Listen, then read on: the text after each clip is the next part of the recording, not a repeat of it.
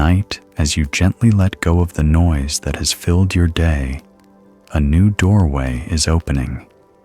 It is not a journey to faraway lands, but a return to your own inner self, the place where Buddhist wisdom has quietly guided countless generations back to peace in the midst of suffering. This is not just knowledge to memorize, but an experience to truly feel and live with. As your breath grows deeper and more even, and your body begins to relax, allow your mind to enter a space where time flows differently. In that place, every moment carries a hidden meaning. Every event, whether sweet or difficult, holds a silent purpose. You don't need to force anything. Simply release the worries left from the day. Set down the burdens you have carried for too long.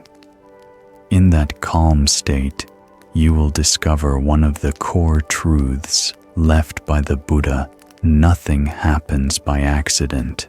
Every experience in your life, sorrow, joy, failure, or success, is a piece of a larger picture connected by the threads of cause and condition. When you understand this, you will no longer see suffering as an enemy, but as a teacher, quietly helping you grow stronger and wiser. Let tonight's journey be the place where your soul finds serenity again. Welcome to Buddhism Seeds, where each story and each teaching becomes a guiding light, leading you into deep, peaceful sleep filled with trust. Imagine sitting with an old monk in an ancient monastery high in the mountains. Outside, night has fallen, and only the sound of the wind moves gently through the pine trees. From time to time, the temple bell echoes across the valley, reminding us that time passes moment by moment. A small oil lamp nearby casts a soft golden light, just enough to reveal the monk's face. Lined with the years, yet his eyes remain warm and kind. The monk looks at you and smiles gently. Do you know happiness is not found at the end of the road, but in each step, each breath, each small act of daily life? Surprised, you softly ask, "But Master, could something as simple as eating, walking, or drinking tea really become meditation?" The monk nods his gaze, bright yet serene. Yes, it is those very simple things that are the true doorway. When you eat mindfully, walk mindfully, drink tea with full presence, you are no longer lost in the past or fearful of the future. You touch life in this very moment. The monk pauses, letting you absorb his words. Outside, the wind stirs the leaves, echoing the silence alive within the hall. Remember, meditation is not only sitting still on a cushion.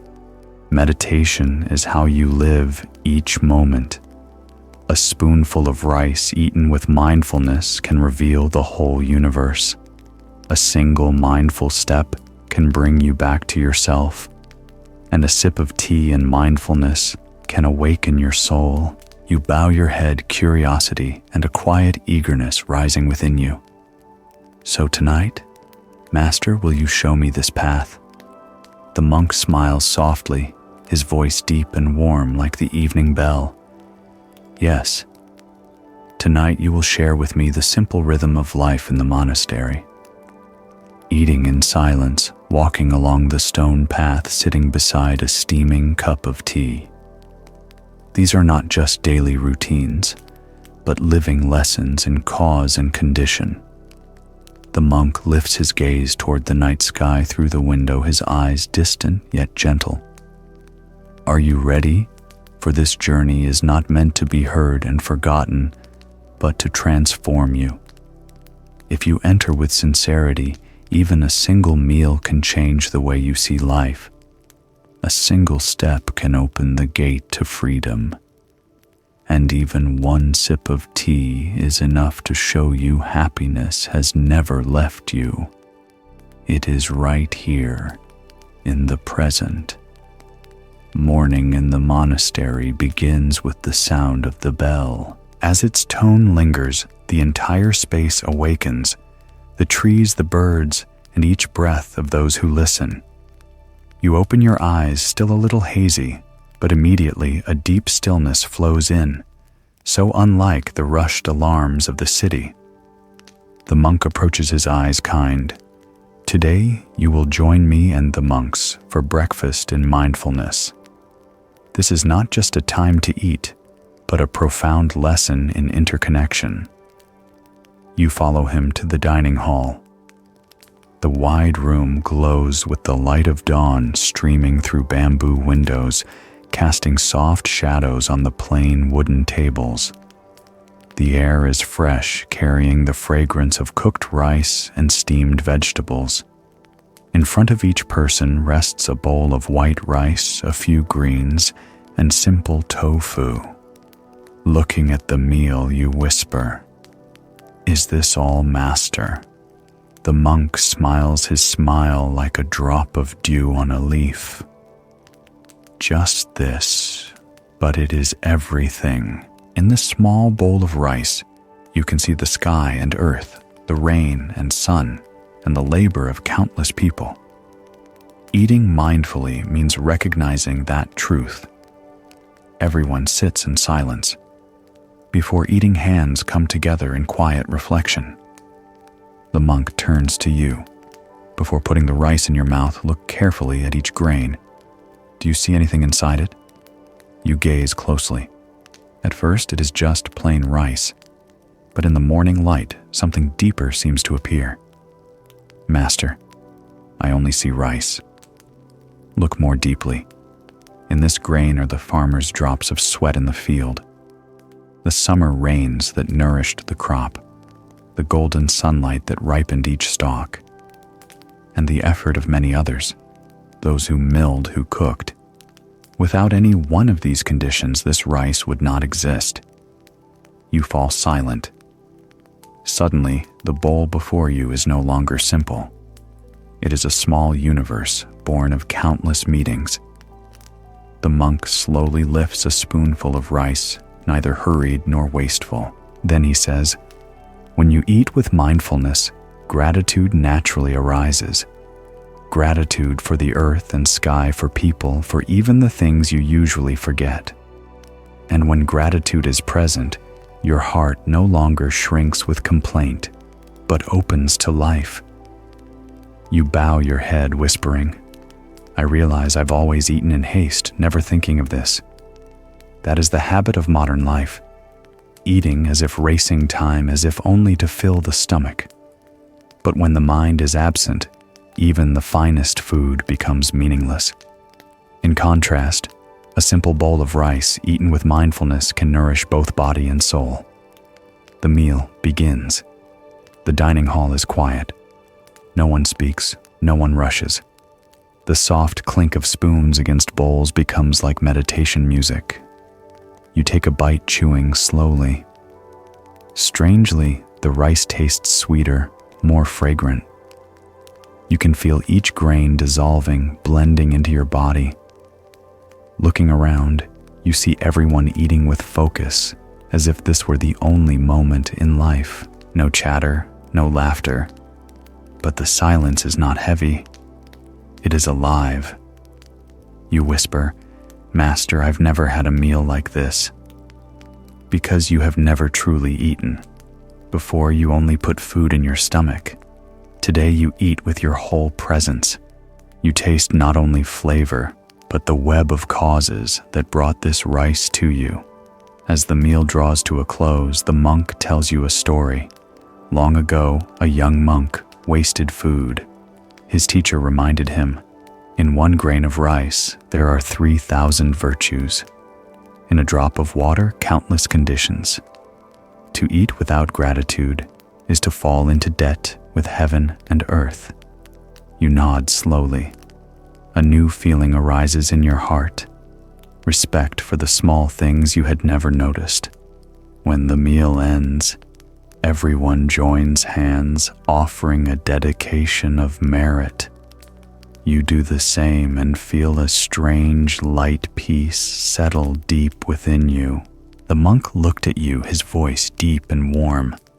Now you understand that eating is not only to nourish the body, but also to nourish the mind.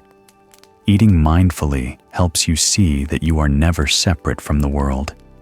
You and the universe are one. You softly said, "I feel I am no longer alone. In every meal, the whole earth and humanity are with me." Exactly.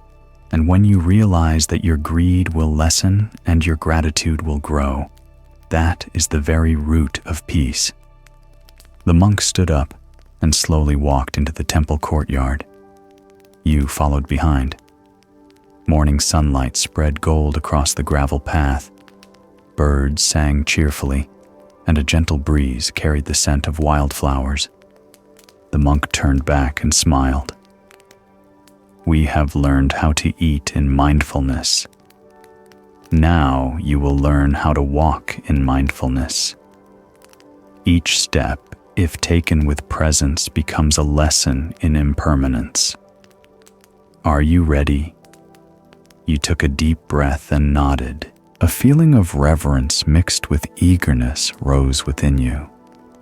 You knew the gravel path ahead would not only be a physical path, but also the way back to your true self. When the morning meal ended, the monk invited you into the courtyard. The path of gravel before you was simple, with rows of trees whispering in the breeze. The morning sunlight was soft, like golden silk draped over the dew-covered ground. With his hands folded behind his back, the monk walked slowly. You followed a little uneasy as the pace was much slower than you were used to. "Does it feel strange?" the monk asked with a gentle smile. "Yes. I find it hard to keep the pace. Walking so slowly makes me impatient."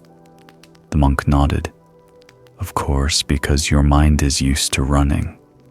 It runs to the unfinished tasks of yesterday and to the plans of tomorrow.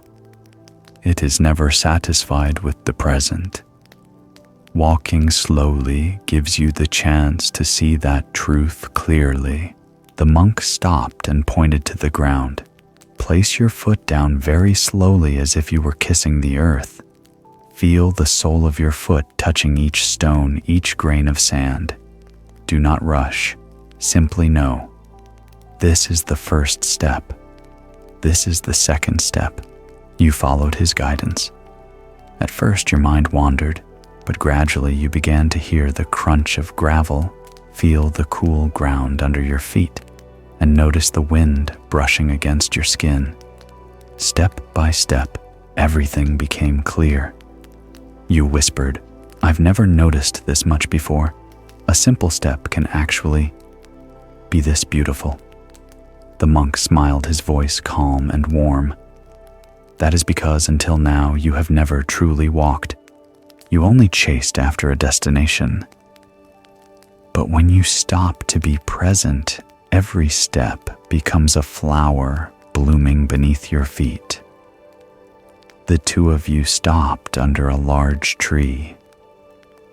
A yellow leaf drifted down before you. The monk bent, picked it up, and placed it in your hand. "What do you see in this leaf?" You thought for a moment. "I see that it is about to wither." True, but within it, there is also its origin. There is sunlight, rain soil, and the life of the tree itself. When it falls, the leaf returns to the earth to nourish the roots, and in spring, it will become green again. Even a single leaf teaches you about impermanence and interdependence. Your eyes grew moist as you gazed at the leaf. Since when had you stopped noticing the simple things around you? You continued walking, but this time, tears suddenly welled up. Not from sadness, but from an overwhelming feeling you could hardly name. "Master, I feel as if I've just awakened. I've been running so fast, forgetting the life right beneath my feet." The monk placed his hand on your shoulder, his eyes filled with compassion. Yes, and you are not the only one. People today are always chasing distant goals, only to stumble over the small stone right before them. But when you stop, only then are you truly alive. He looked deeply into your eyes. Every mindful step is a reminder you are alive. You are breathing. You are present. And that is the greatest miracle. You sobbed softly, half crying, half smiling. I never thought walking could bring me to tears. That is because this is not just walking. This is the journey of returning. Returning to yourself, returning to the wondrous life within you. The monk led you to a small pond behind the garden. The water was still reflecting the blue sky. A gentle breeze rippled the surface, sending waves outward. Do you see one step is like a pebble falling into the pond? It creates ripples that spread endlessly. Each thought, each word, each action of yours is the same. They spread, touch others, and eventually return to you. You remained silent. In that moment, you understood that each of your steps was not just personal, but an interaction with the whole world. The monk placed his palms together and walked a few slow steps. With each step you take, let it be a prayer for peace, not only for yourself, but for all beings. Walk like this and you will never feel alone again. You followed. A warmth spread within your heart. With each step you silently whispered, "May I be at peace. May my loved ones be at peace. May the world be at peace." And strangely, after just a few steps, your mind softened. Your body felt lighter. When the sun rose higher, bathing the temple yard in golden light, the monk stopped. He turned to you with a kind smile. Today you have learned how to walk in mindfulness. You see now that every step can be a miracle if you are truly present. You bowed deeply, gratitude filling your heart. "I will never forget this lesson," the monk slowly replied. "Do not only remember it with your mind, live it with your heart. And as you practice, you will see suffering is only a step that passes. Happiness is also only a step that passes. What matters is the attitude you bring into each step." He looked into the distance, his voice deep and steady. "But there is one more thing you must learn. Do not blame, do not judge. For it is blame and judgment that are the real chains binding the soul. Your next journey will be to learn how to let go of those chains." Noon passed slowly.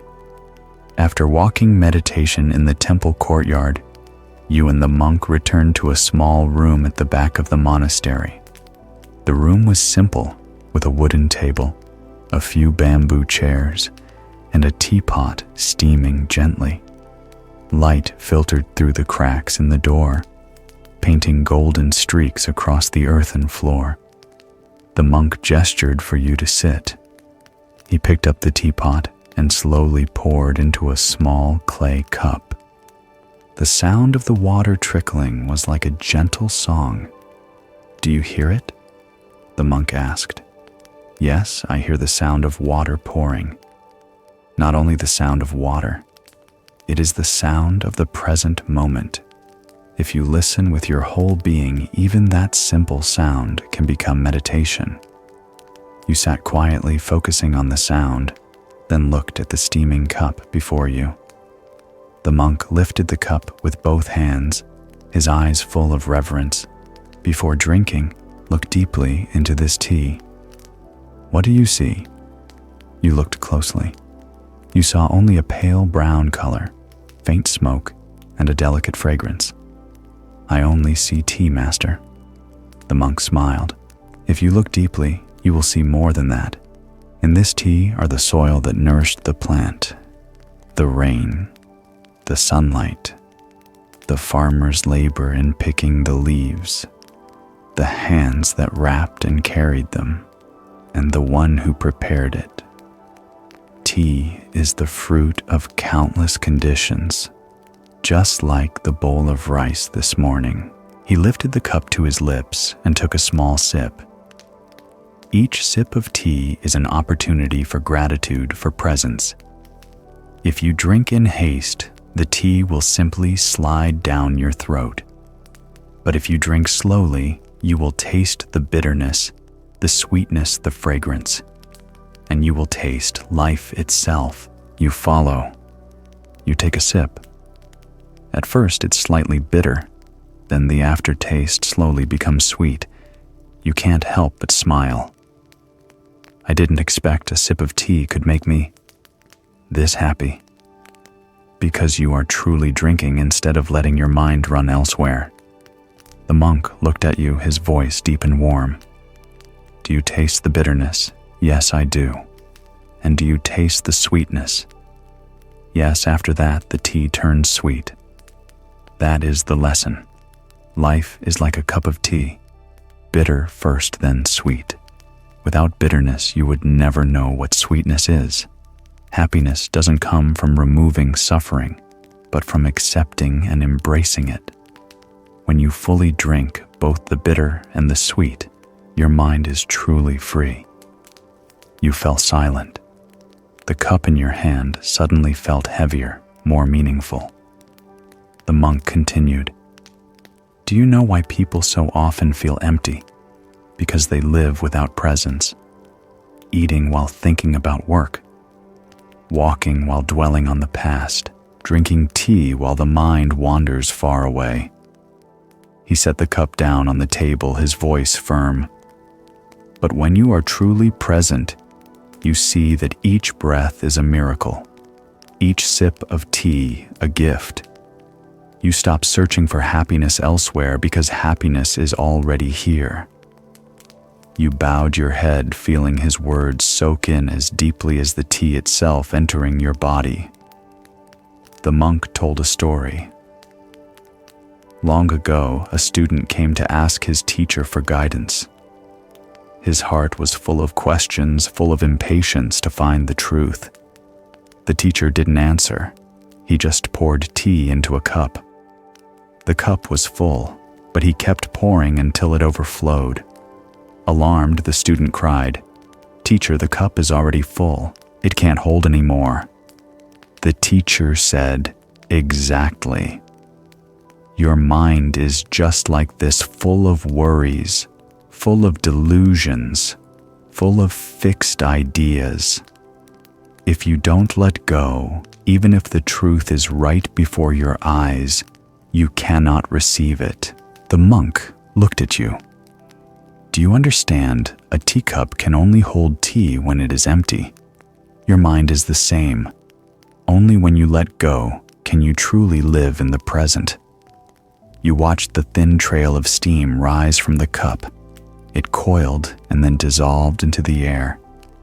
Master, seeing the tea's steam, I feel life is just like that. Fragile, fleeting, then gone. Yes, a human life is as brief as a wisp of steam. But it is precisely that fragility that makes every moment precious. If you know how to cherish it, each second becomes limitless. You remained quiet, a peace you had never known spreading through your heart. The monk lifted the cup and said softly, "When you drink tea, drink as if you are drinking life itself.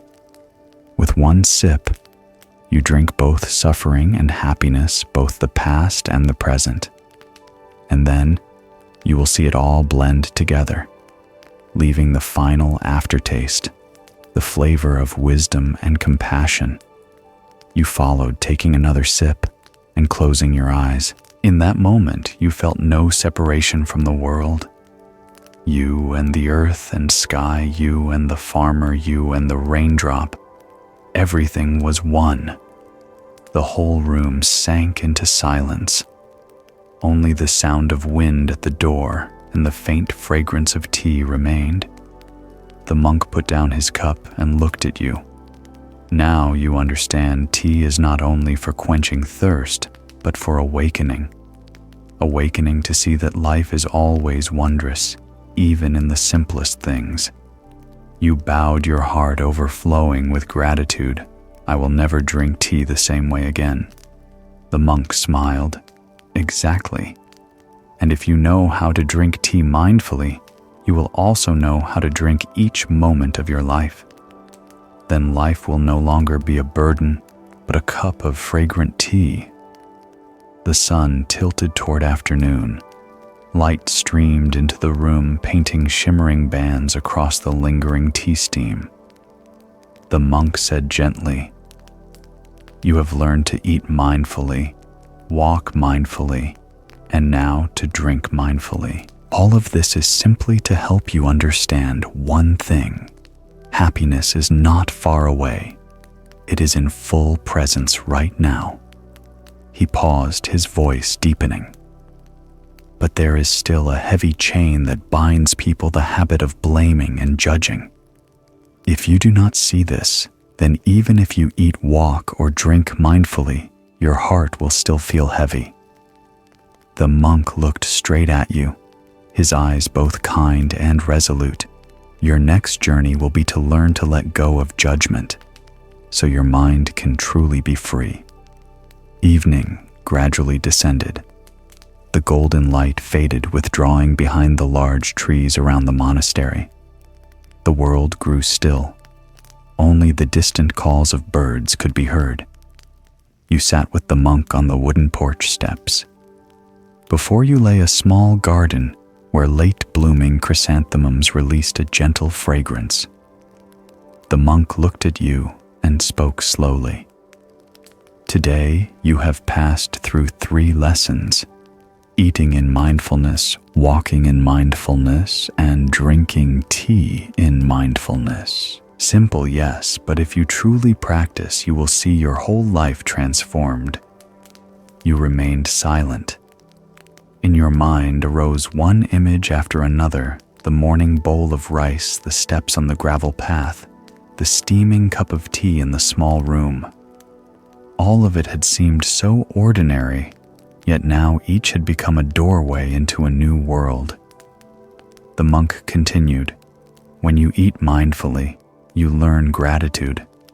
Not only gratitude for the food, but for all the causes and conditions that brought you to this present moment. When you walk mindfully, you learn impermanence. Each step is a mark that never repeats. When you drink tea mindfully, you learn full presence. You taste the bitter and the sweet, and you know both are needed to create the flavor of life." He gazed into the distance, his eyes bright yet gentle. All 3 practices teach you one thing: happiness is not in some faraway place, it is right in this moment. You bowed your head, your voice trembling. "I feel it clearly. I am not the same as when I began this journey. My heart feels lighter, more at peace." The monk nodded. That is the power of mindfulness. It doesn't turn life into another story. It helps you see the truth within the story that is already unfolding. He placed his wrinkled yet steady hand on your knee. But remember, the lesson has value only when you live it in everyday life. Don't leave it behind in the monastery. You asked in surprise, "Master, how can I keep mindfulness when I return to the city where work and noise never stop?" The monk smiled. "You don't need to find another temple.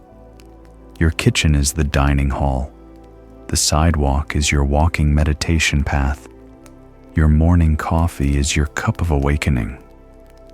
As long as you are present, any place can be a monastery." You suddenly laughed. The path of return was not far away at all. It lay in each daily gesture. The monk told a story. Long ago, a woodcutter asked a Zen master, "What must I do to be enlightened?" The master replied, "When hungry, eat. when tired, sleep. Puzzled, the woodcutter asked, "Doesn't everyone eat when hungry and sleep when tired? How is enlightenment any different from ordinary people?" The master smiled. "Ordinary people eat without knowing they are eating and sleep, while their minds wander everywhere. Enlightenment is eating knowing. You are eating and sleeping, knowing you are sleeping." The monk looked at you, his eyes kind. "You see, the greatest truth lies within the simplest things." The evening breeze was cool and fresh, carrying the scent of flowers across the porch. You inhaled deeply, feeling it fill your chest. "Master, I realize I've been looking for happiness in the wrong place. I sought it in success and praise and distant things. But now I understand happiness lies in this very breath, this very step, and that cup of tea." The monk nodded, his voice deep and warm. "Exactly. Returning to yourself is returning to life. And when you are fully present, you will see you are never truly lacking." He regarded you intently. "Bring what you learned today back to your family, your work, and all your relationships. When you eat with loved ones, eat mindfully so you can see them in each bite.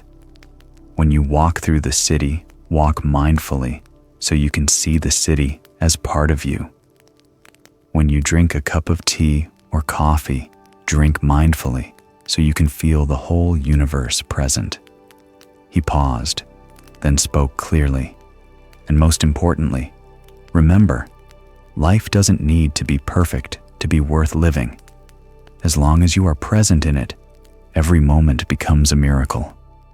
The sun had slipped behind the mountains. The sky turned a deep violet. A few early stars flickered into view. The monk pointed upward. "Do you see that sky? It is always vast and embracing. Clouds may come and go, but the sky is never stained by them. Your mind is the same. If you live with mindfulness, your mind will be like the sky, spacious, clear, and unentangled by passing clouds of emotion." You looked up, a feeling of freedom rising within you. After a quiet moment, the monk spoke slowly. "But there is still a great lesson for you to continue. Do not blame and do not judge. Because even if you eat, walk, or drink mindfully, if your heart still holds resentment and judgment, you are not truly free." He turned to you, his eyes kind yet profound. "On the next part of our journey, I will lead you to let go of those chains. Then, your mind will be as light as that sky." You bowed your head, your heart full of gratitude and anticipation. Your eyes grew bright as if ready to step through a new doorway.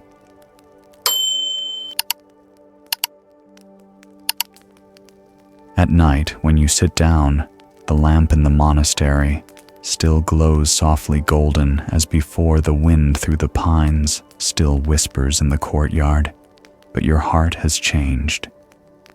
You await a new lesson, another doorway to go deeper into awakening. The monk looked at you, his eyes gentle yet profound. You have learned how to be present in each moment, but there is an invisible cord that still binds people, the habit of blaming and judging. Surprised, you ask softly, "Master, why do people so often blame and judge?" The monk replied slowly, "Because people do not understand karma. They think karma is a verdict, a punishment, a reason to condemn. But in truth, karma is not for condemnation. Karma is to remind us and to encourage compassion. When you see someone suffering, instead of judging, you should cultivate loving kindness." The monk told a story. Long ago, in a small village, there was a man who often got drunk. He disturbed his neighbors and caused trouble everywhere. The villagers despised and judged him. "He's worthless. His life is only bad karma." One day, an old monk passed by. Seeing this, the monk did not scold him, but gently helped the man stand up and led him home. When the villagers asked why he helped such a good-for-nothing, the monk said only, "If a tree has withered, why blame it? Our task is to find a way to water the other seeds in his heart." The monk paused and looked at you. Do you see? Judgment doesn't make anyone better. Only compassion can change a person. You bowed your head, a hard-to-name stirring rising within you. The monk continued, "People often think that judging others protects morality, but in truth, judgment only feeds one's ego. When you say, 'That person is awful, they deserve to suffer,' your mind is building a wall of arrogance." You sighed softly. I too have often thought that way. When I see someone make a mistake, I feel they deserve punishment. That is the ego's trap. You forget that person is suffering from their own ignorance. Instead of anger, see that they need the light of understanding. The monk pointed to the teacup on the table. Look, when a cup is covered with dust, will scolding the cup make the dust fall off? Only when you wash and wipe it clean does the cup shine again. People are the same. Blame only makes the dust cling tighter. Compassion can cleanse. You were silent, then spoke softly. "So if I see someone doing wrong, what should I do?" First, look into your own mind. If your mind is full of anger, breathe deeply. Then ask, how has this person suffered to act this way? From that question, compassion will arise. And with compassion, you can find a way to help them without judging. The monk looked deeply into your eyes. Are you ready? This journey is not easy because the habit of judging has long taken root in human hearts. But if you are patient, little by little, you will learn to let go. Then you will see your mind become as light as a sky free of dark clouds. You took a deep breath and nodded. In your heart, you knew this journey would open a new doorway. A doorway to freedom deeper than anything you had ever tasted. After the first night you lay awake for a long time, the monk's words echoing in your mind. Karma is not for condemnation, but to encourage compassion. Stories from your life suddenly returned. You remembered a colleague who once betrayed your trust, a relative who hurt you, and even the times you blamed yourself for past mistakes. All of it was tied to blame and judgment. The next morning, as dawn's light turned the courtyard gold, you sat before the monk again. He looked at you as if he had seen everything you had been thinking. What did you recall last night? His voice was warm and deep. You sighed softly. I see that I have judged others many times, and I also judged myself. When I made mistakes, I told myself I'm terrible. When others erred, I thought they deserve to suffer. The monk nodded slowly. That is the chain I want you to remove. The monk began to tell a story. There was a child beaten and scolded by his father throughout his childhood. When he grew up, he became rude and quick-tempered. People saw him and said, "He is evil. He is cruel." But how many were willing to look deeply and see that he was only repeating the suffering sown in him since he was young? He paused, then spoke gently. When you see a flower that does not bloom, do you blame the flower? Or do you understand that the soil is not fertile enough, the water not cool enough, the light not abundant enough? People are the same. Judgment looks only at the surface. Compassion looks to the roots.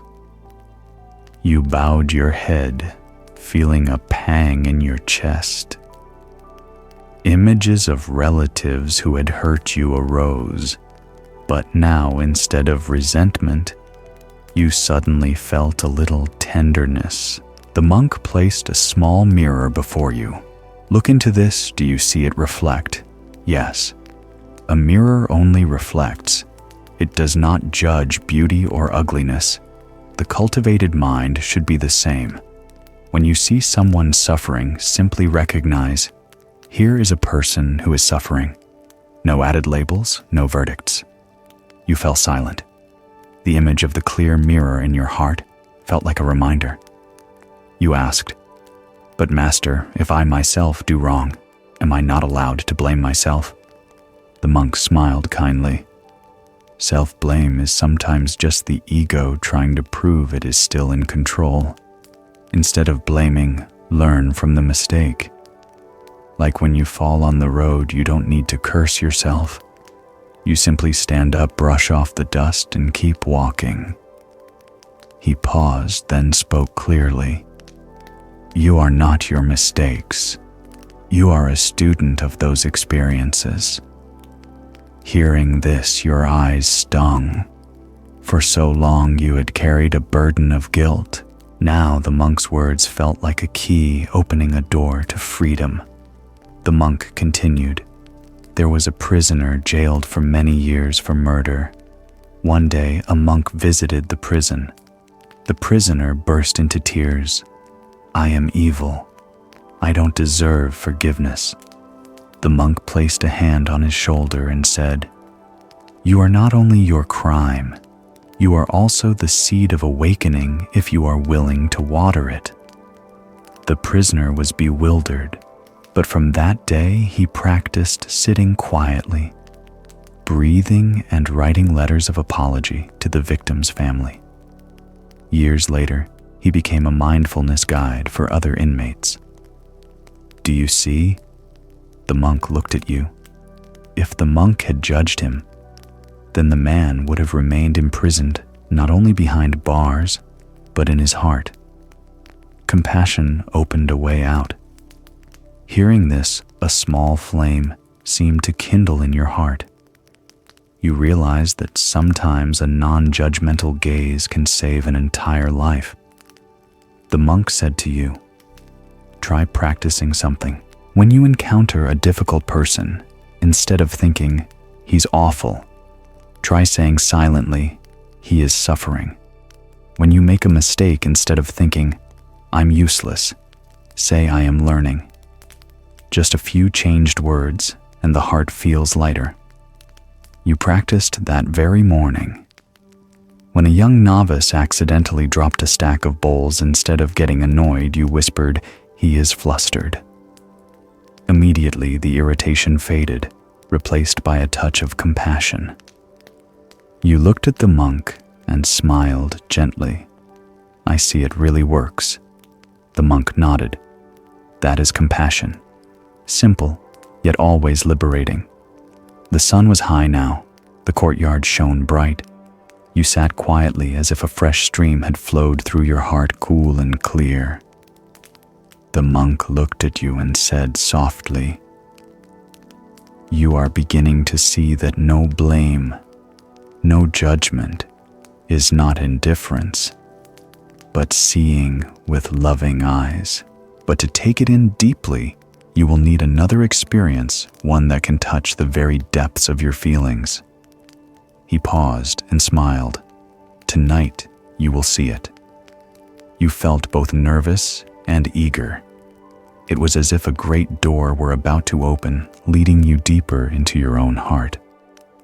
In the evening, the wind from the pine forest carried the scent of resin and the dampness of earth. You followed the monk down a small path toward the village near the monastery. A young crescent moon rose glinting on the dew-wet grass. You asked, Master, where are we going tonight? He smiled. You will witness your own lesson. The two of you stopped before a shabby house. Inside, a child's shrill crying mixed with a woman's shouting. You saw a thin woman, hair disheveled, face full of anger. She scolded her child while throwing a pot hard onto the floor. Your first instinct surged. What a terrible mother.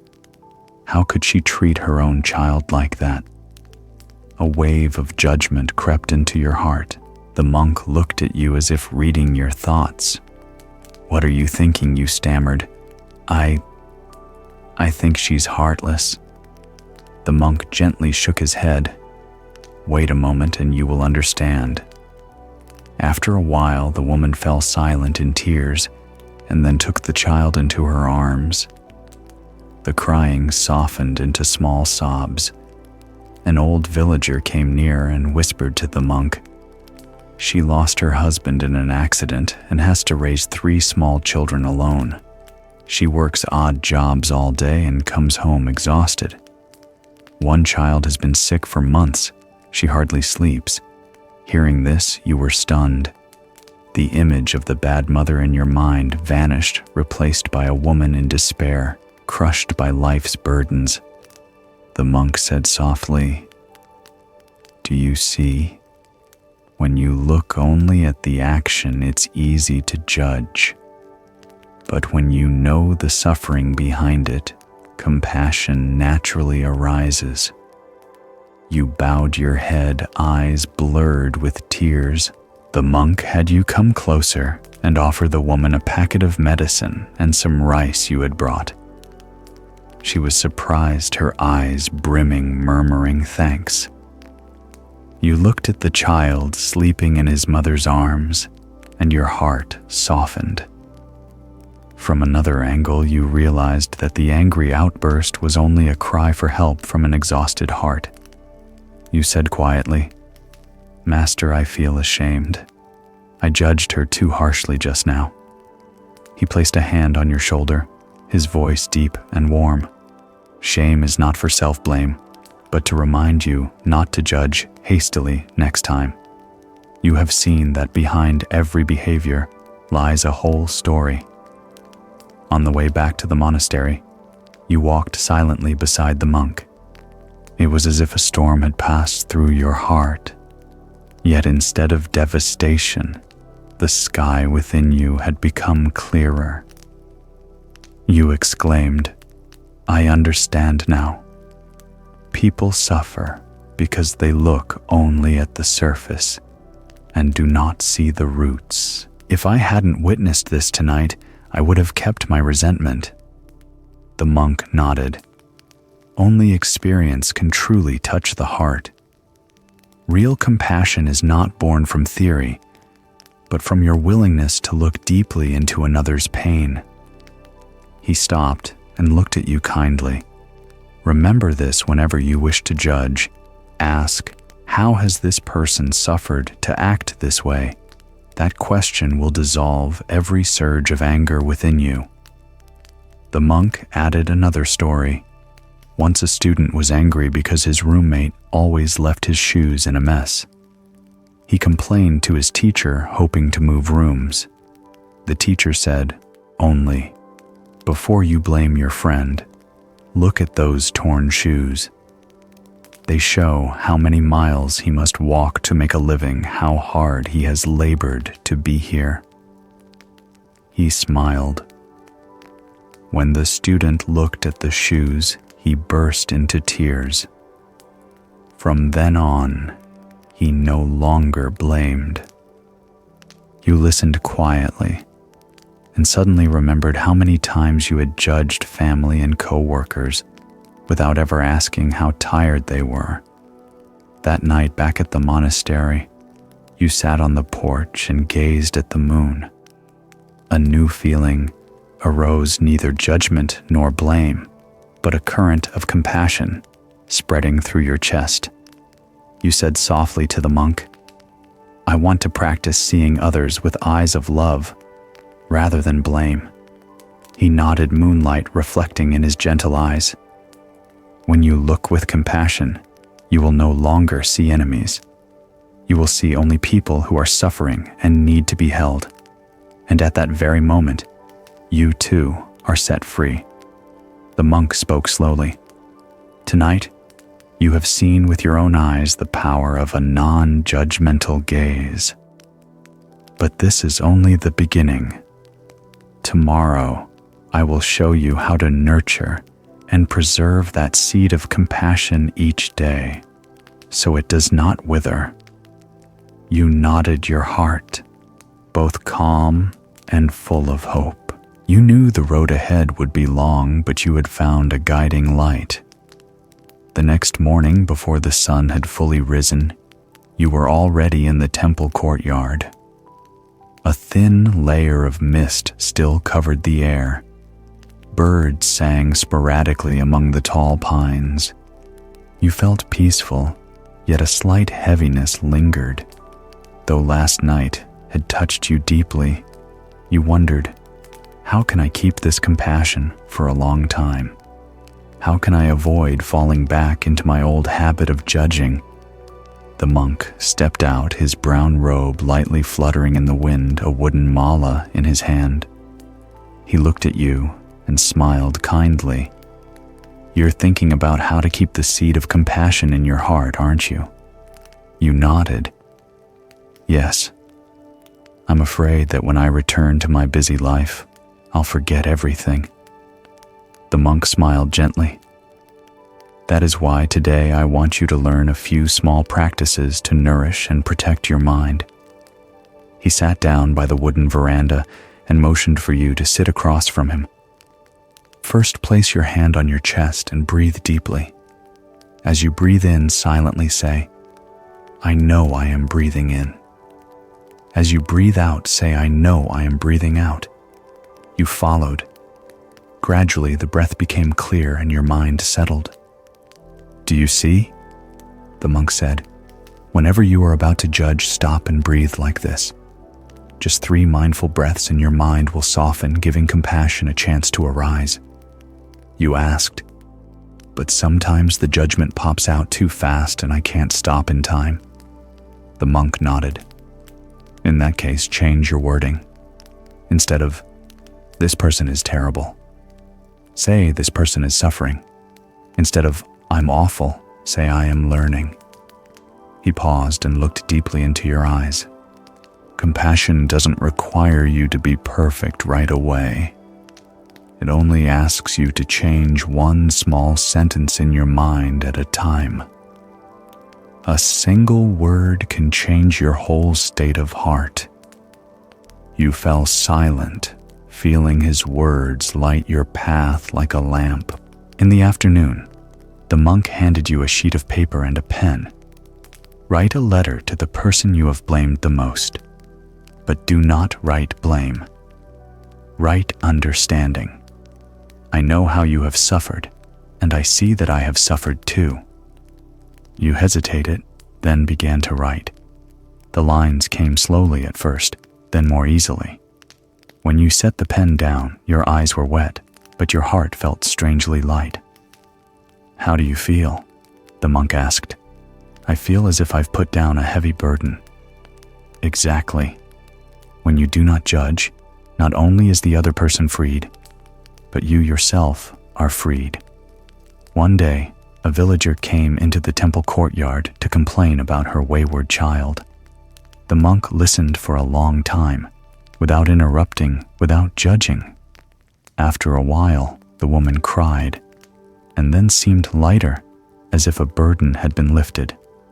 When she left, the monk looked at you.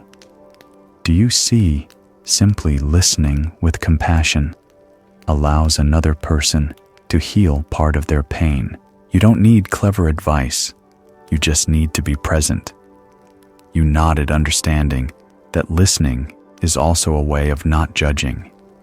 At night, before sleep, the monk invited you to stand under the starry sky. He placed his palms together and said softly, "Offer a prayer, may those I have judged be at peace." When you pray for them, the seeds of resentment in you will dissolve. You did so, and unexpectedly felt warmth in your heart. You realize that forgiveness is not only a gift for others, but also a gift for yourself. You asked, "Master, then what role does karma play in all of this?" He replied, "Karma is not for punishment. It is a bell of reminder. When you see someone suffering from their karma, instead of blaming, have compassion. For who knows, perhaps in another lifetime, you yourself were once like them. He looked deeply at you, his voice warm. And when you love, you are transforming your own karma. It was late at night. Lights in the monastery came on, casting a warm golden glow across the gravel path. You sat quietly, your heart filled with relief. You realized that blame and judgment have never helped anyone. Only compassion opens a way out. The monk spoke slowly. You now have methods to practice, but the journey does not end here. I will help you see the whole picture. When you do not blame and do not judge, how will you live, and where will that freedom lead you? You nodded, a deep gratitude rising in your heart. The next afternoon, the day's last sunlight stretched across the mossy roof tiles, pouring a strangely warm gold into the temple courtyard. You and the monk sat beneath an old Bodhi tree, its leaves rustling as if telling thousand-year stories. The stillness was so deep, you could hear your own heartbeat. The monk looked at you, his eyes gentle. You have traveled a long way. Do you remember what you have learned? You nodded softly. Yes, I have seen that karma is not for condemning, but to remind me to give rise to compassion. I have seen that judgment only adds to the heaviness, while compassion liberates. The monk smiled. Exactly. And now let us conclude this journey together. He raised 3 fingers. First, you learn to recognize the habit of judging. Only when you see it clearly can you stop. Second, you practiced transforming the words in your mind. Replace, "This person is terrible," with "This person is suffering." Third, you nurtured compassion through breathing, listening, and prayer. He paused, looking at you with steady warmth.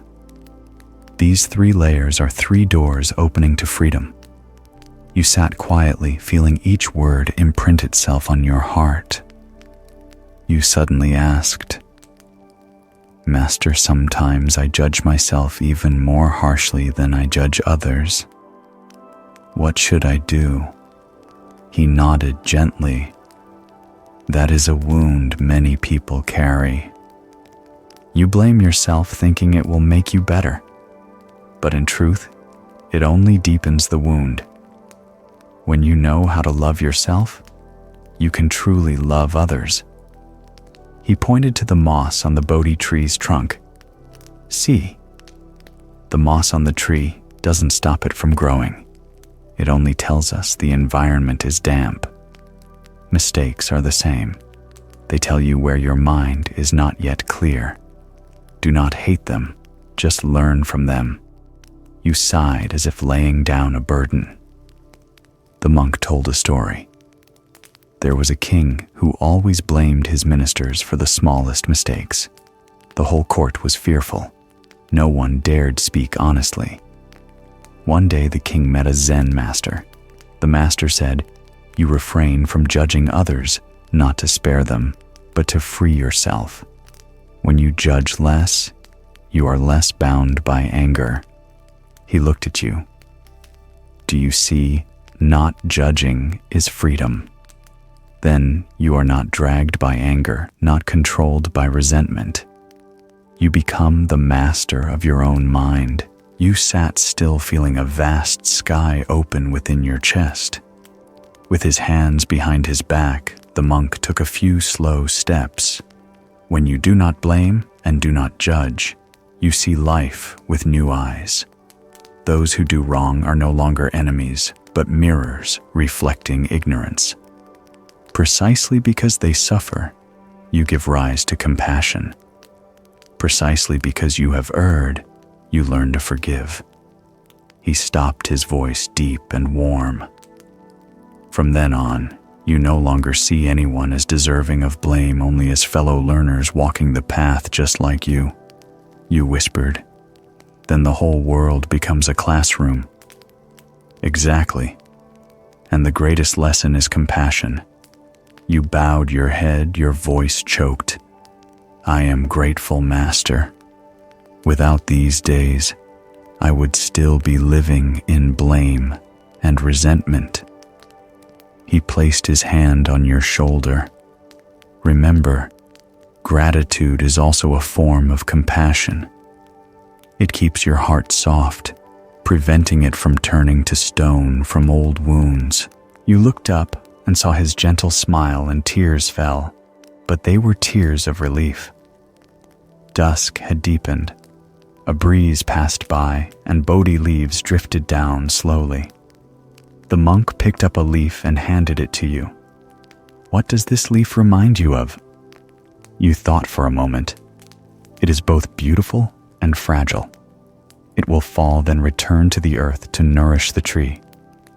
The monk nodded. That is the next lesson, impermanence. When you understand impermanence, you will not cling, you will not fear, and your compassion will grow even deeper.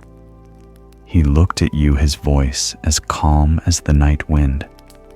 Your next journey is to learn how to pass through impermanence with a peaceful heart.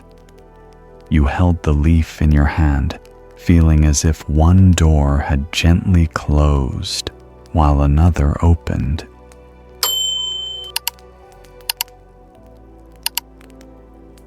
The next morning, as the sky just lightened, gentle sunlight spread over leaves still heavy with dew. You followed the monk along the gravel path in the temple courtyard. Birds sang high above. The wind swept through the pines.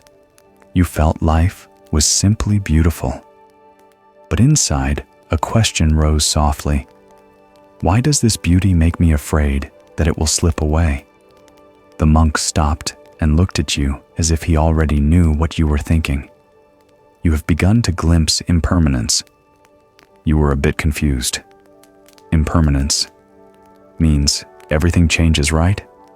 Master. He nodded. That's right. Everything, every feeling, every person changes without ceasing, like a river that never keeps the same drop of water. When you understand impermanence, you cling less to what is fragile by nature. The monk led you to a small stream behind the temple. Water trickled over stones, sunlight reflecting into countless shimmering bands. Look at that water, the monk said. You will never bathe twice in the same river, because with each passing second, the water is already different. You were silent, listening to the stream, and suddenly realized that even the breath you just took in will never return. If you try to hold a drop of water, it dissolves in your hand. If you try to hold a breath, you will suffocate. Life is the same. When you cling to what is fragile, you create your own suffering. The monk bent down, picked up a fallen petal, and placed it in your hand. Look at it. Yesterday it was still radiant on the branch. Today it has withered. You sighed. It's beautiful, but so fragile. Precisely because it is fragile, it is beautiful. If a flower bloomed forever, you would no longer find it precious. Impermanence teaches you to cherish. You reflected, and moments from your life drifted by a lost friendship, a childhood memory, a fleeting joy. All of them like falling blossoms. You asked, "But Master, when loved ones pass away, I know about impermanence, and still I suffer." He looked at you gently. Suffering is natural. But when you understand impermanence, you know how to hold your pain without letting it drown you. You know that loss is not an end but a transformation. Like a leaf falling to the earth to nourish the roots, your loved ones also become another part of life. You lowered your head, emotion welling up. With palms together, the monk spoke slowly. Impermanence is not for you to become pessimistic. It is for you to live awake. When you know everything changes, you won't waste a single moment. You will love more, forgive more, and cling less to small things. He looked at you, his eyes bright and kind. Are you ready to enter the journey of learning impermanence, not only with your mind, but with your heart? You took a deep breath and nodded. You knew this lesson would go even deeper than what you had experienced. When the temple bell rang, you followed the monk to the garden and back. Sunlight filtered through the canopy, leaving shimmering bands on the grass. The fresh air made you feel light. Yet in your heart, the question remained, how can I accept impermanence when the very things I love will also change and be lost? The monk looked at you and nodded slightly, as if he had heard your heart. You are afraid of loss, aren't you? You answered softly. Yes, I'm afraid. I'm afraid of my parents growing old, afraid of loved ones leaving, afraid that even this joy will disappear. Walking slowly along the stone path, he said, people suffer not because of impermanence, but because they want to keep what cannot be kept. He told a story. I once met an elderly couple who had lived together for more than 50 years. The wife had Alzheimer's and forgot everything, even her own husband. Yet each day the husband sat beside her and retold their old memories. When asked, "Why are you so patient when she remembers nothing?" he smiled, "I remember. And I know love is impermanent too. I cherish every minute I can sit here." He looked at you. Do you see impermanence does not destroy love? It reminds us to live more deeply in the present, knowing this moment will not last. You were silent. The image of the old couple tightened your chest, yet also lit up a simple truth. Only by knowing impermanence does love become precious. You asked, "But Master, at work I feel impermanence makes me uneasy. Today I might succeed. Tomorrow I might lose my job." He nodded. Yes, impermanence is present in career too, but instead of fear, you can see it like a flowing river. Sometimes the water rises, sometimes it recedes. What matters is not keeping it the same, but learning to swim with it. He told of a businessman who went bankrupt 3 times. Instead of blaming circumstances, he treated them as lessons and rebuilt on a stronger foundation. If he had clung to old success, he would have collapsed. By accepting impermanence, he was reborn from failure.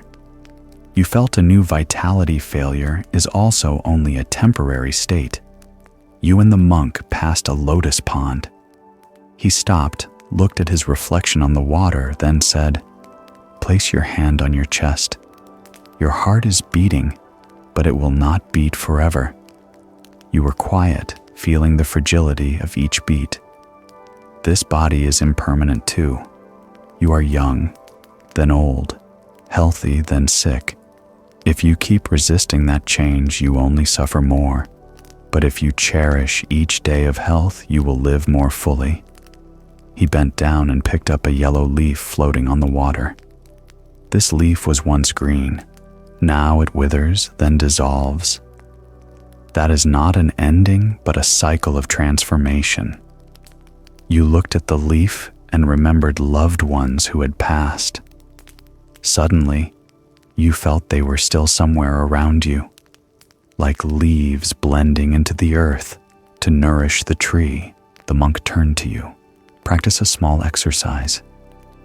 Each night before sleep, recall what changed during the day. A flower bloomed, a conversation ended, a thought came and went. When you see this clearly, you will be less afraid of impermanence. You nodded. The exercise sounded simple, yet you felt it could open a new way of seeing. The monk told another story. A Zen master always drank tea from a precious pot. Everyone worried. What if it breaks? The master smiled. In my mind, it broke long ago. Because of that, each time he used it, he cherished it. And when it finally broke, he did not suffer. He paused, his eyes kind. Try living like that. Consider that everything already bears impermanence. When you have it, be grateful. When it's gone, smile. The sun now stood higher. Light spread across the garden. You sat on a stone bench, listening to the rustle of leaves. In your heart, the truth of impermanence became clearer. It is not an enemy, but a patient teacher. The monk looked at you, his voice deep and warm. But to truly take it in, you need an experience that touches the heart. Then you will not only understand impermanence, you will feel it as part of life itself. You looked up, your eyes both surprised and eager. You knew the next part of the journey would bring a breaking point where impermanence becomes a lesson carved into your heart. That afternoon, the sky suddenly turned gray with clouds. Wind blew strong and leaves rustled. You and the monk stood under the temple eaves, watching a small storm roll in from afar. "Do you see?" the monk said. "Clear skies do not last. In just a moment, dark clouds cover everything." You nodded, but fear still lingered. You whispered, "Then everything can be lost in an instant." He nodded, "Yes, and you will see it clearly today." A gust bent a lotus stem by the pond, snapping it down to the water's surface. Petals burst and drifted pale pink, spreading across the rippling waves. You cried out, "Master, such a beautiful flower," and a single gust scattered it. Gently he said, "That is impermanence. But do you see, when it falls, the petal does not disappear. It blends into the water and nourishes the stream." You fell quiet, the image cut like a blade yet soothed like a balm. Toward evening, a man entered the temple gate. He was thin hair, prematurely gray eyes sunken. The monk recognized him at once. "This is one of my former students." The man bowed. "Master, my wife has died. Life has no meaning for me." Hearing this, your heart ached. His grief seemed to spill into you. The monk said slowly, "Do you remember that when you first met your wife, you already knew it was impermanent?" The man burst into tears. "I know, but I still can't accept it. Suffering is natural. But if you see that your love continues in you, in your children, in each memory, then you will understand. Impermanence does not annihilate it, only changes form." You sat beside him, eyes blurred with tears. You suddenly saw your own losses, the people who had left, the memories that had faded. You cried out, "Master, I'm afraid of losing the people I love. I'm afraid that one day I'll wake up and everything will be gone." He placed a hand on your shoulder. You will lose them sooner or later. And precisely because of that, you must love them while they are here. Impermanence is not to make you afraid, but to help you love more fully. Hearing this, tears flowed. You cried not only from fear, but from an opening. Love flared bright, urging you to embrace everyone in your life right now. The monk lit a candle and set it before you. The flame burns bright, and then it will go out. Do you want to refuse its light and warmth just because it will end? You shook your head. Then live with your loved ones as you live with a candle. Knowing it will go out, cherish every moment you are illuminated. The storm passed, and the sky gradually cleared. Fallen petals drifted slowly across the water. Watching them, you felt something strange arise within, sadness mingled with peace. You said, "I understand now. Impermanence is not an enemy. It is a bell reminding me to love more, forgive more, and live more fully." The monk nodded, his eyes gentle. Exactly. When you see impermanence, you will no longer waste time on anger and envy.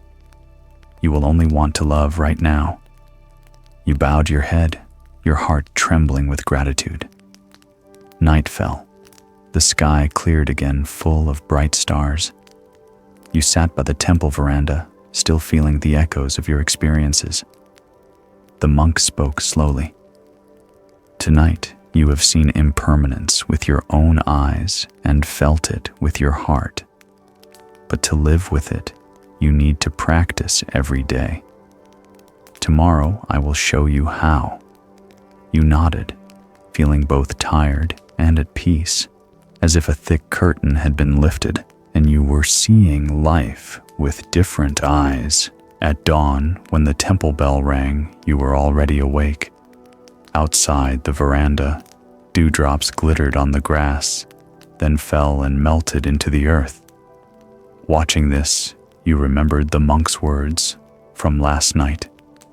You have seen impermanence with your eyes and felt it with your heart. Now it is time to learn how to live with it. You sat facing the monk. He looked at you with a kind smile. Are you ready to practice living with impermanence? You nodded. The monk spoke slowly. Every breath is impermanent. Treat each in-breath and out-breath as a miracle. He guided you to sit still and place your hand on your belly. You breathed in, feeling life enter. You breathed out, feeling life leave. Do you see? He said. Without this breath, there is no you. And no breath ever returns a second time. If you live fully with each breath, you will not fear when it departs. You sat in silence, realizing that even your very existence is a chain of impermanence. You asked, Master, how can I not hurt when I know my loved ones will grow old and pass away? He smiled. Practice seeing each meeting as if it were the last, not to be sad, but to love more deeply.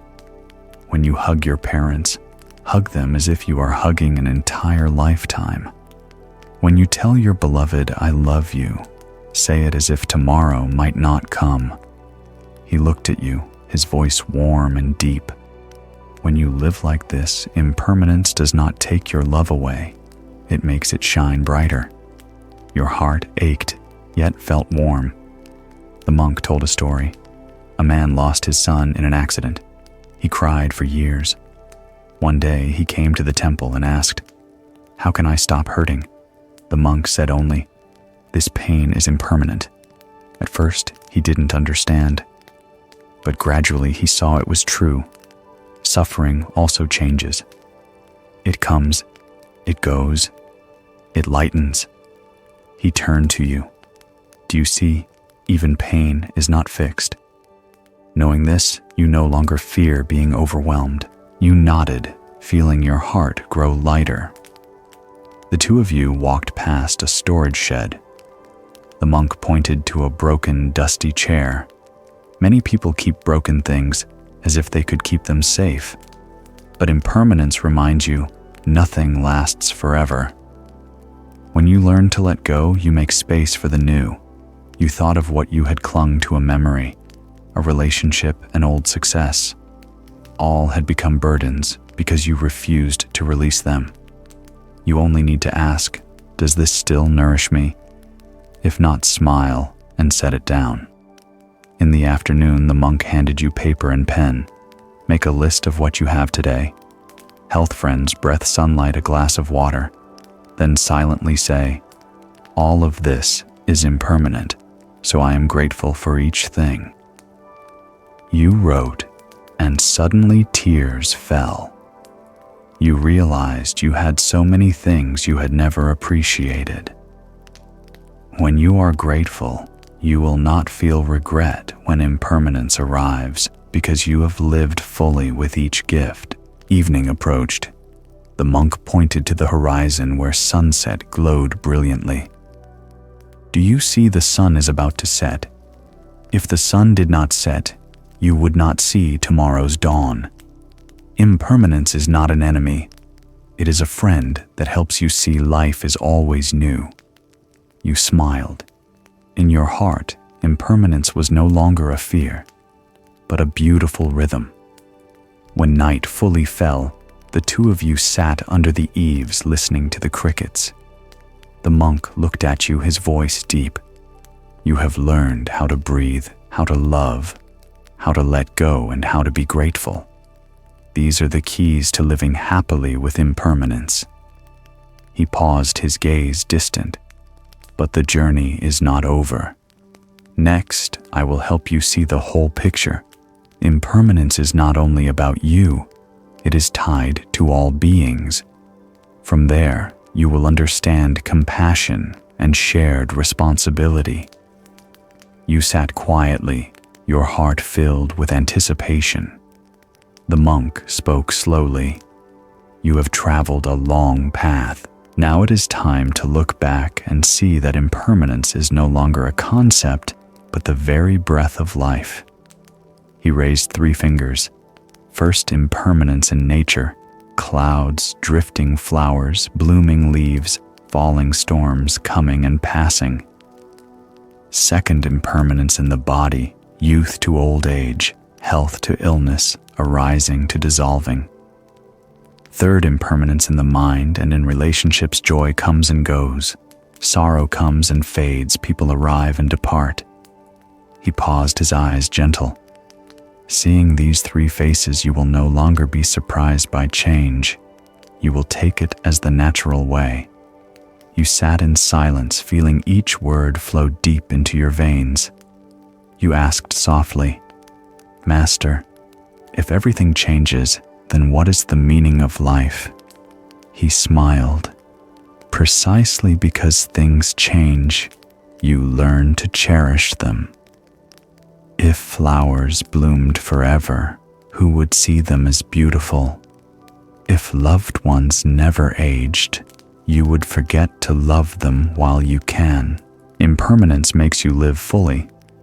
No delaying love, no letting anger linger. You bowed your head, a strange gratitude rising in your heart, gratitude even for losses that taught you how to love. The monk told a story.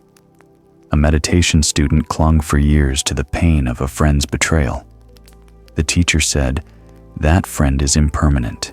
His mistakes are impermanent. By clinging, you imprison yourself." After many years, when he understood this, the student burst into tears and felt free. He looked at you. You too are the same. When you know everything is only temporary, you stop clinging.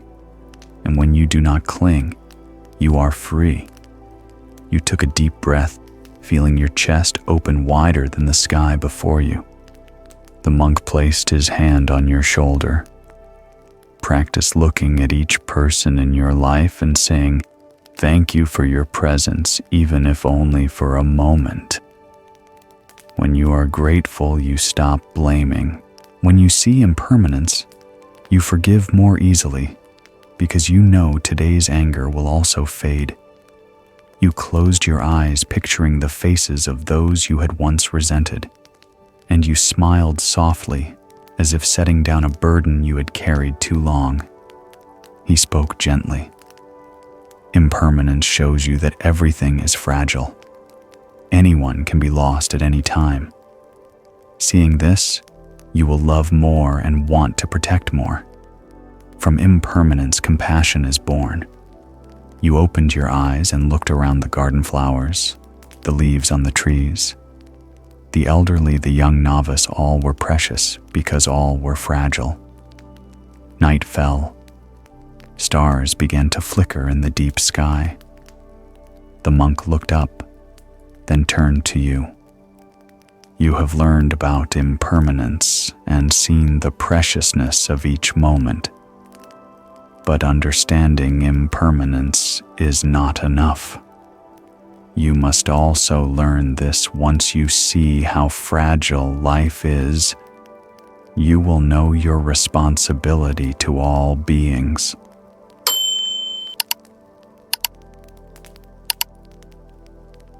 This morning, as you sat beneath the temple veranda, the morning sun streamed through the bamboo grove, leaving shimmering bands of light on the brick floor.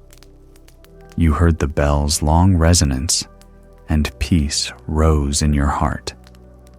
At the same time, a quiet question arose.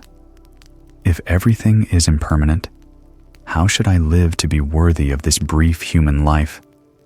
The monk came over and sat beside you. He looked at you with gentle eyes. You want to know what to do with this fragile life, don't you? You nodded. Then today, I will show you another key: compassion and shared responsibility. The monk said, once someone asked if I see an evil person, what should I think? Should I say they deserve suffering because of their karma? He paused, then spoke slowly. If you think like that, you add another layer of judgment. True compassion is not pity, and it's not indifference. Compassion asks, what good conditions can I create for them? Hearing this felt like a cool breeze passing through your heart. That question was completely different from how you usually thought. The monk told a story. Long ago, there was a poor family in the village. The father drank and beat his wife and children. The villagers despised them and said, that is his retribution. He deserves to suffer. But an old woman did not say that. She quietly brought the little child a bowl of hot rice. She knew that if you plant a seed of love, it can change an entire life. He turned to you. Do you see shared responsibility means you don't stand outside another's suffering? You don't pour oil on the fire. You look for a way to put it out. You fell silent, a surge of emotion rising in your heart. You asked, but Master, doesn't each person bear their own karma? Why am I responsible? He smiled kindly. It's true that everyone has their own karma, but those karmas interweave. By living on this earth, you already share breathwater, food, and both joy and suffering. No one is separate from anyone else. When one person suffers, the whole community is affected. When one person is supported, the whole community is lighter. He looked at you. That is why you need to see your responsibility in the happiness of others. The monk spoke of a young man addicted to drugs who often caused trouble in the neighborhood. Neighbors hated him and wanted him gone. But an old man invited him into his yard every day and gave him a meal. Gradually, the young man rediscovered a sense of being respected and chose to enter rehab. Years later, he began helping other lost youths. He said softly, if everyone had thought he deserves to suffer, the world might have lost a teacher. But thanks to one heart, an entire life changed. That is shared responsibility. You bowed your head and whispered, I see it now. Many times I thought others deserved to suffer instead of asking what I could do. The monk placed his hand on your shoulder. Do not blame yourself. Recognizing this is the first step of compassion. What matters is then from today on, you practice asking, what good seed can I sow for this person, for this community? You looked up and saw his eyes bright and kind. In your heart, you knew another door had just opened. Dusk settled over the temple roof. The monk placed his palms together, his voice deep and warm. Impermanence teaches you that life is fragile, and compassion, shared responsibility, teaches you how to live meaningfully within that fragility. But the path doesn't end here. The next part of the journey will lead you to another lesson, suffering as the raw material for growth.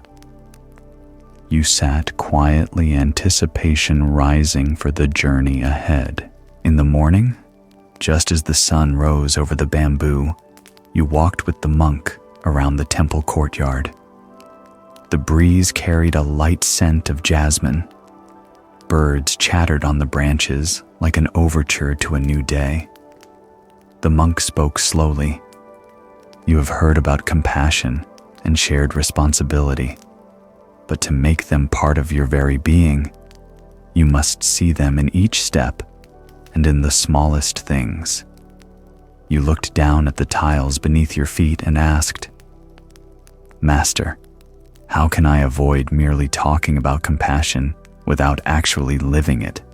He smiled. "Let me tell you some stories," he said. "There is a bus driver in New York. Each day he carries all kinds of people, those in a rush, the irritable, even the homeless unwashed. Many passengers complain, but the driver always smiles and says, 'Good morning.' Sometimes he quietly buys a loaf of bread for the hungry, never boasting." He turned to you. "Do you see, compassion doesn't require grand deeds. It begins with a smile, a greeting, a small loaf of bread." That driver understood his responsibility was not only to drive, but to plant a bit of warmth in weary hearts. You sighed. "I often miss such small chances." "That's all right," the monk replied, "as long as you begin today." You asked, "But master, at home I get angry most easily. I know I should love, yet I speak harshly." He nodded. "Everyone does, child. Family is where compassion is most tested." A woman once came to the temple in tears, saying her husband was blunt and uncaring. She said, "He deserves to be alone." But I said, "If you plant more seeds of blame, he'll grow more distant. If you plant seeds of listening, perhaps he will change." He looked deep into your eyes. "Imagine if every time there's conflict you asked, 'What good condition can I create?' How would your family change?" A response flickered to life inside you. The two of you stopped by the temple well. The water was crystal clear, reflecting your face and the monk's. He pointed to the well. "What do you see?" "I see my face and yours." He smiled. "Exactly. In life, your work is like the water's surface. If you are angry, colleagues reflect that anger. If you sow compassion, they reflect peace. Shared responsibility means knowing every action of yours ripples outward." He added, "A businessman once told me, 'I don't have time for charity. I'm busy running a company.' I said, 'The busier you are, the more responsible you are for sowing compassion, because hundreds of employees are affected by how you treat them.'" He thought it over and changed. He listened to employees and shared profits fairly. As a result, the company became not only stronger, but a healthier place to work. You sighed. "So even at work, I'm contributing to collective karma." "Exactly," he said. "No one lives only for themselves." You asked, "Master, some people have hurt me. It's hard to love them." He nodded. "That is the greatest challenge. True compassion is not only for those who are easy to love, it also opens to those who hurt you. It doesn't mean letting them continue to harm you. It means that in your heart, you still hope they find a better path." He told of a prisoner despised by everyone for his crimes. A young monk visited him and simply sat listening to his childhood of violence. For the first time in his life, someone listened without judging. From then on, he changed. The monk turned to you. "Do you see, compassion doesn't make you weak. It gives you strength to see through the mistake to the root of suffering." You wept. You remembered those who had hurt you, and for the first time saw them also as victims of circumstance. As the sun grew fierce, you both rested under the veranda. The monk sipped tea, then handed you the cup. "Drink and tell me, can you taste compassion in this tea?" You were surprised. Compassion in a cup of tea. He nodded. Yes, the farmer worked hard to grow the tea. A worker packed it. Someone carried it far, and now this cup rests in your hand. To cherish it, that is compassion. To feel responsible not to waste it, that is compassion too. You took a sip and the tea suddenly tasted richer, as if blending with the story you had just heard. Evening fell, and the breeze carried the scent of rice fields from afar. The monk said, "Child compassion and responsibility aren't only for people but also for earth, water, plants, and animals. When you throw trash into the river, not only you suffer the consequences, so do many people and countless beings. When you live simply and with restraint, you sow good conditions for the future." You looked toward the horizon where the sun was setting. You suddenly understood shared responsibility is not only for those before your eyes, but also for those not yet born. Twilight deepened, the last light falling across the veranda. The monk spoke softly. You see, compassion and shared responsibility are not lofty or distant. They begin with a smile, a cup of tea, how you speak to family, how you live with the earth and sky. His voice was deep and warm, but there is one more step: how to make compassion a true power that helps you face suffering and injustice. You sat in silence, both anxious and eager. Night fell. The temple grounds were quiet, with only insects chirping and moonlight washing over the bricks. You sat across from the monk, your heart still stirred by the day's stories. You spoke softly.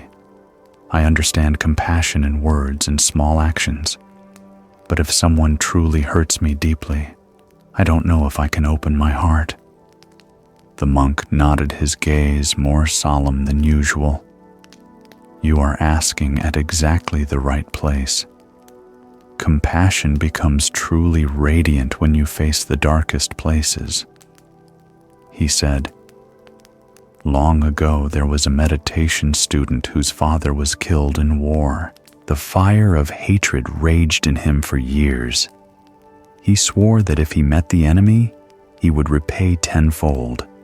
One day he came to the temple and listened to a teaching on compassion. The teacher said, 'When you think that person deserves suffering, you are only forging more chains for yourself.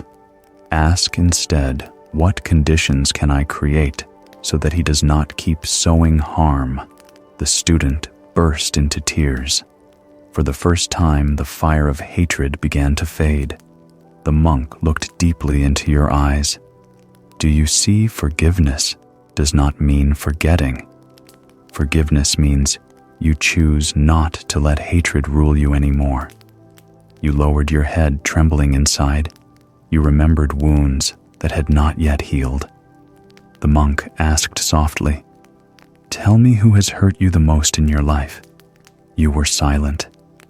Tears fell suddenly. You whispered, "I was betrayed by the person I trusted most. I thought they deserved to lose everything. For years I have carried this resentment. It weighs on me like a stone." He listened without interrupting, letting you cry. Then he said, "That is your greatest test. If you keep the resentment, you will live with it forever. If you sow the seed of compassion, you will free yourself first." You looked up and saw his eyes bright, like the moon reflecting your own image within them. The next day, the monk led you down to the village. There was a man shunned because he had stolen many times. Everyone said he deserves this. The monk pointed to him and asked you, "What do you think?" You hesitated. I also think he deserves to be shunned." He shook his head. "Do you see? This is how hatred spreads. If the whole village abandons him, he will sink deeper. But if even one person gives him a chance, the conditions can change. He looked at you, his eyes firm. Do you dare to be the one to plant that seed? Your heart pounded. You felt afraid, yet a spark of light appeared. You chose to step forward and hand the man a loaf of bread. He stared at you stunned, then bowed his head without a word. The villagers whispered, "Why help him?" You turned to look at the monk. He nodded, his voice deep. "You have done it. You have just planted a new seed. It need not be grand, just one step." A cool current flowed through your heart. For the first time, you understood that compassion is not only in scriptures, but in concrete choices, sometimes trembling, sometimes lonely. That evening, when the two of you returned to the temple, you asked, "Master, can such a small action really change anything?" He replied, "Child, never underestimate a seed. From one seed, a whole forest can grow." When you sow compassion, you not only change another person, you also change yourself and inspire others. He paused, then said firmly, "Compassion is true strength. It isn't loud or showy, but it can melt the ice in a person's heart." You were silent, your heart filled with a gentle pride, not because you had helped someone, but because you had broken a chain inside your own heart. Night fell, and the moon shone bright. The monk sat beside you, his voice carrying far in the still night. You faced pain, faced someone hard to love, and you dared to plant a seed of compassion. That is the turning point. He placed a hand on your shoulder.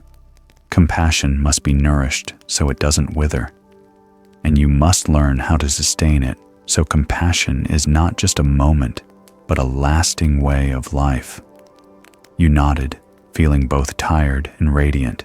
You knew you had crossed the most important threshold. The next morning, the temple bell rang long, waking the garden still wrapped in mist. You opened your eyes and remembered last night, the loaf of bread you gave the man shunned by the village. That image was still clearly imprinted in your heart. You felt light, yet also worried, can I keep this mind forever? Or will it flare once and then go cold? The monk seemed to have guessed it. He sat down beside you, his voice warm. Child compassion is not a passing breeze. It is a flame. If you don't tend it, it will go out. If you know how to nourish it, it will burn bright forever. You looked at him and asked softly, "How should I nourish it?"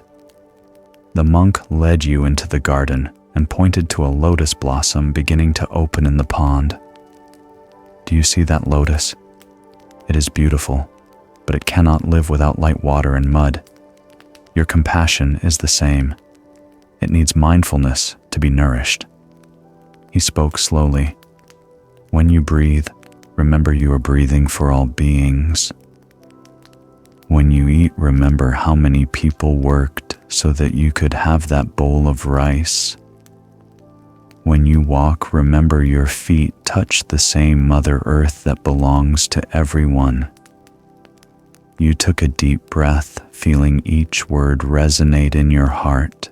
You asked, "But Master, sometimes I don't do anything bad, just a harsh word, and it makes someone sad." He nodded. Language is action too. One sentence can wound someone for a lifetime, but it can also save someone from despair. If you want to nourish compassion, begin with your words. He told a story.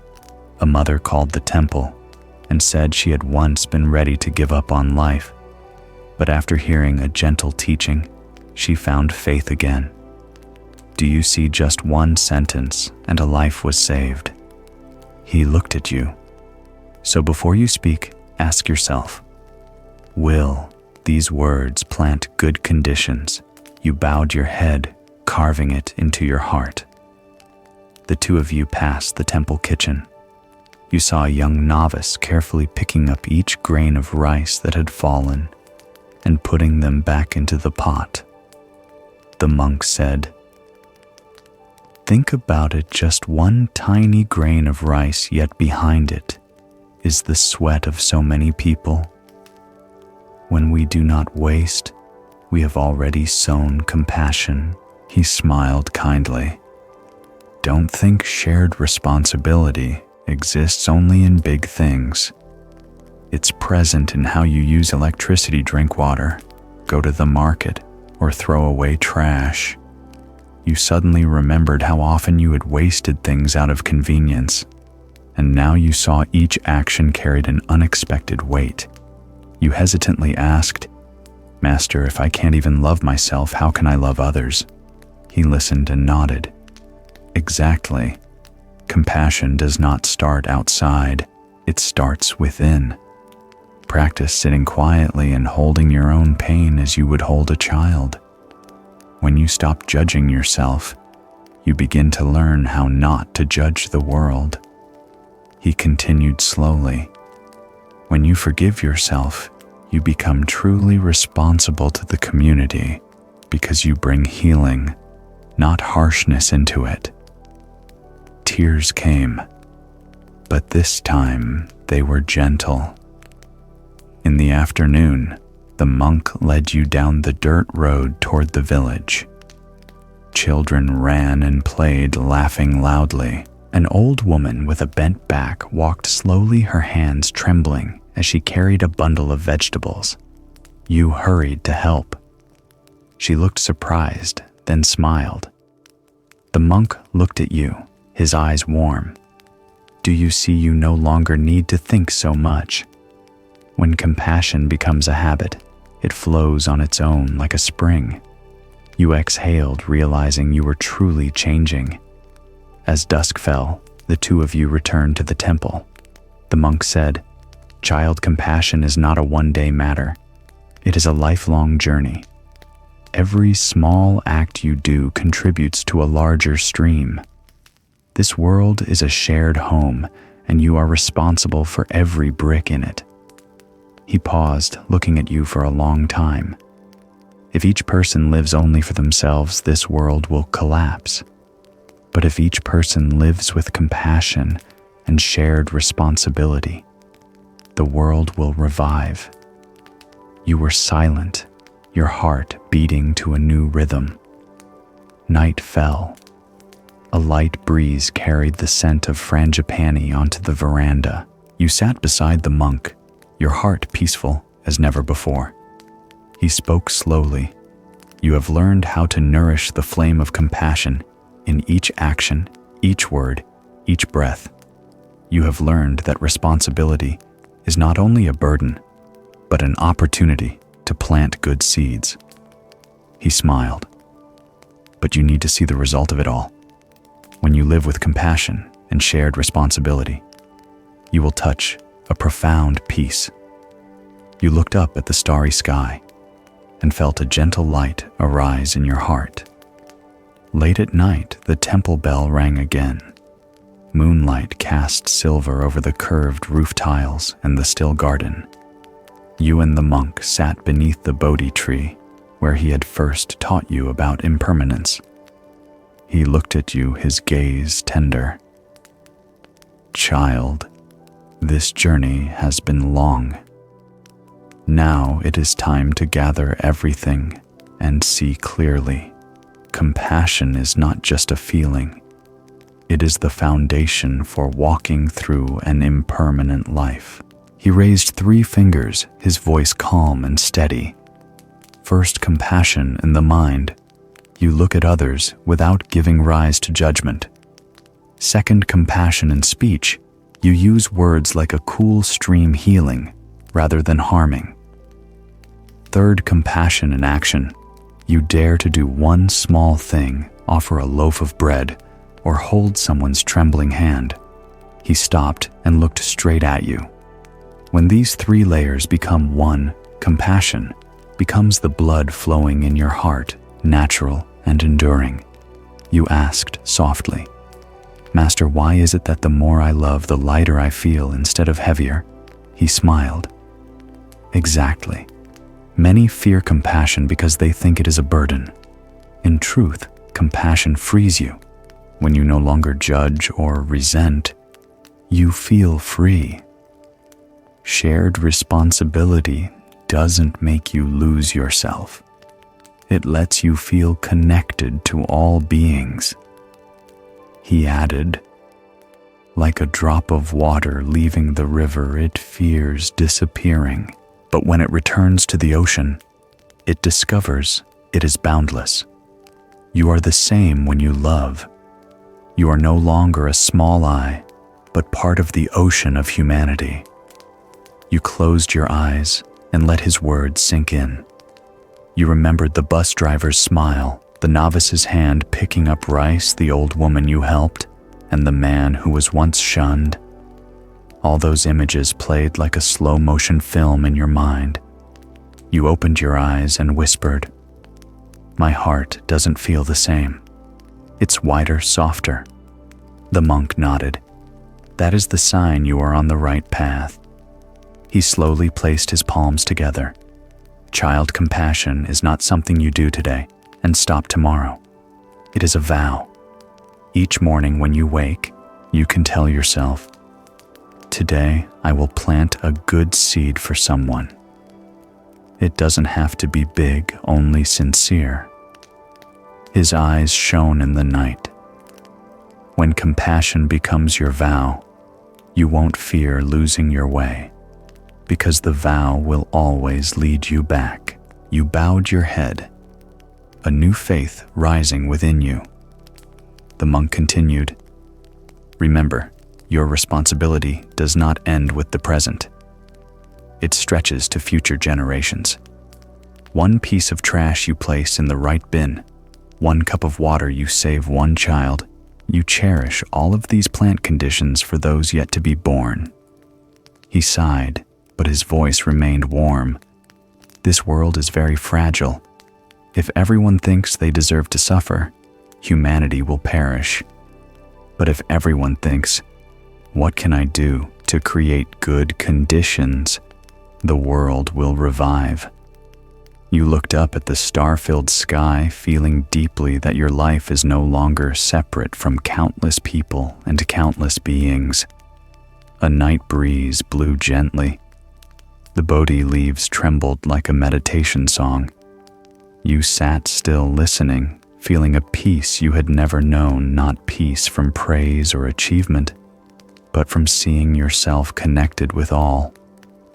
The monk said softly, "This is the fruit of compassion and shared responsibility. It doesn't give you pride. It gives you deep peace." You bowed, an infinite gratitude rising in your heart. A long bell tone rang out into the night. The monk closed his eyes for a moment, then opened them and looked at you. You have learned that compassion is not only a feeling, but an action.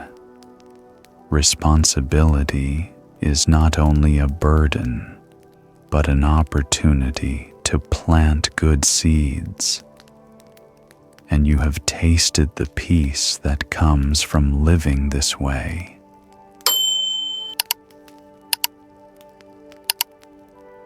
This morning, when you stepped out onto the temple veranda, the gentle early sunlight shone on the dewdrops still clinging to the leaves.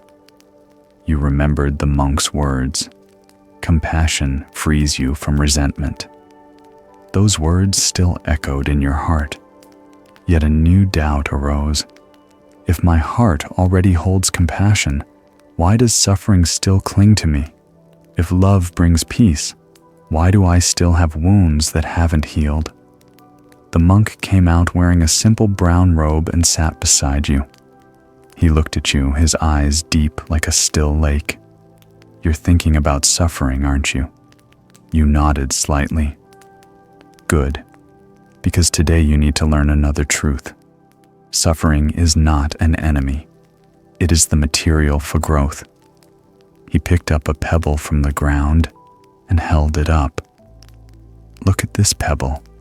It's smooth and rounded, but it wasn't born that way.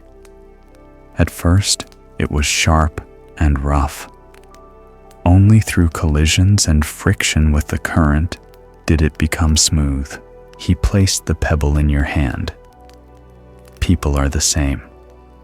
Without suffering, your heart remains coarse. It is suffering that polishes your heart to reveal wisdom and patience. You were silent, your hand tightening around the pebble. In your heart, a truth had just appeared like sunlight breaking through clouds. You asked, "But Master, everyone tries to avoid suffering. Why do you say suffering is necessary?" He nodded. Because people often mistake happiness for comfort and ease. They think if they can avoid difficulties, they'll have peace. But in fact, avoiding suffering is avoiding the chance to grow. He said, "Someone once told me I want a life without ever being sad or hurt." I replied, "Then do you want to live like an insentient rock? Only what is insentient knows no suffering." You laughed, but your laughter mingled with tears. You suddenly recognized the same wish in yourself. If only life weren't painful. The monk continued. A young meditation student once asked, "Why did I lose my job? Why was I betrayed? Why did I get sick?" I said, "Because suffering is your teacher. The teacher doesn't come to punish, but to teach." He placed a hand on your shoulder. "Child, remember, suffering doesn't come to destroy you. It comes to awaken you." As you listened, a tremor rose in your heart. You recalled how many times suffering had torn you apart, and how each time afterward you changed, even if only a little. The monk said, "A veteran once came to the temple. He was haunted by memories of war and had been sleepless for years. He said, 'I hate those memories. I wish I could erase them.' But I told him, 'Without those sleepless nights, you wouldn't know how to cherish a peaceful sleep. Without the darkness of war, you wouldn't know the value of peace.'" He looked at you. Do you see, it was suffering that helped him find what meaning remained? Now he shares with other veterans, turning wounds into a source of healing. You sat quietly, eyes brimming. You felt that story speaking to you too.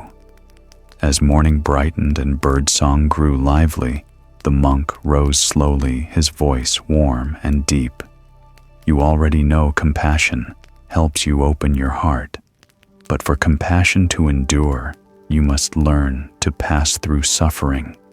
No one can love for long without knowing how to hold their wounds. He gazed into the distance, his voice resonant. Treat suffering like a whetstone. Each time you collide, each time you stumble, it is the rough edges in you being trimmed away so that wisdom can show. You nodded, feeling a quiet strength in your heart, like a seed just sown in the soil. When the temple bell rang again, the monk placed his palms together. Today's journey will be long, but remember, suffering is not a period at the end of a sentence. It is a comma opening to a new chapter in your soul. He turned to you, eyes gentle.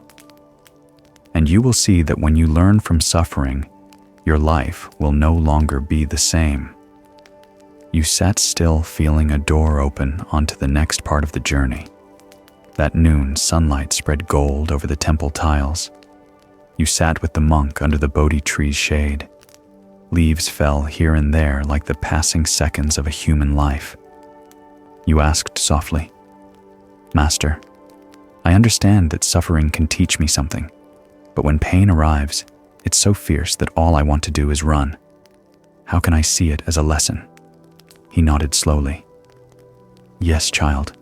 When you're in the fire, it's hard to feel its warmth. Only afterward do you see the fire has cooked the grain within you. That's why the point is not to flee, but to learn how to sit with suffering. He asked you to close your eyes and place your hand on your belly. Breathe in and silently say, "This is my pain." Breathe out and silently say, "I hold it." You followed. At first, your heart clenched and resistance rose up, but the monk's voice remained steady like a distant bell. Don't drive it away. Pain is like a crying child. The more you scold, the louder it cries. The more you hold, the more it settles. Your breath gradually deepened. Even as tears fell, you felt a little more spacious inside. The monk smiled. You see, child suffering doesn't only knock you down. It can help you grow if you know how to hold it with your breath. He said, "A mother once came to the temple sobbing because her only son had died. She said, 'My son was everything. Now that he's gone, I want to die too.' I listened, then said, 'Your son has passed, but the love you have for him has never been lost. You can bring that love to orphans. In that way, you haven't lost your child. You've gained 100. Months later, she truly went to an orphanage. She held each child. Light returned to her eyes. The pain didn't disappear, but it became a river of love. He turned to you. Do you see that suffering didn't kill her? It helped her grow into a mother of 100 children. You were silent, feeling something stir within. You bowed your head, your voice trembling. I have my own pain, Master. I was betrayed, abandoned. Whenever I remember, it's like my heart breaks all over again. He nodded, not rushing to advise, just looking at you with a calm gaze. Child, that pain is the seed of wisdom. Because you know what abandonment feels like, you will never abandon others. Because you have tasted the bitterness of betrayal, you will cherish sincerity. That is how suffering matures you. You felt a wound in your heart, gently draw closed. Not because it vanished, but because you are now looking at it in a different light. The monk added, "There was a man working at a large company. His superior oppressed him, and he eventually lost his job. At first, he was dejected and saw it as his greatest suffering. But from that failure, he went back to learning. Started a small company based on his passion, and a few years later became an inspiration to many young entrepreneurs." He smiled kindly. Without the pain of losing his job, he would have kept working for others. That suffering was the whetstone that brought out hidden talent. You nodded hope, rising in your heart. Perhaps the pain in your life also has meaning. Toward evening, the two of you walked along the fields. The rice was golden and fragrant on the breeze. The monk said slowly, "Child suffering doesn't come only to individuals. It comes to communities too." He told of a town leveled by a storm. Houses collapsed. People lost everything. But after the storm, they rebuilt together, and their bonds became deeper than ever. Without that suffering, they would have remained distant. Thanks to it, they learned shared responsibility and grew into a more connected community.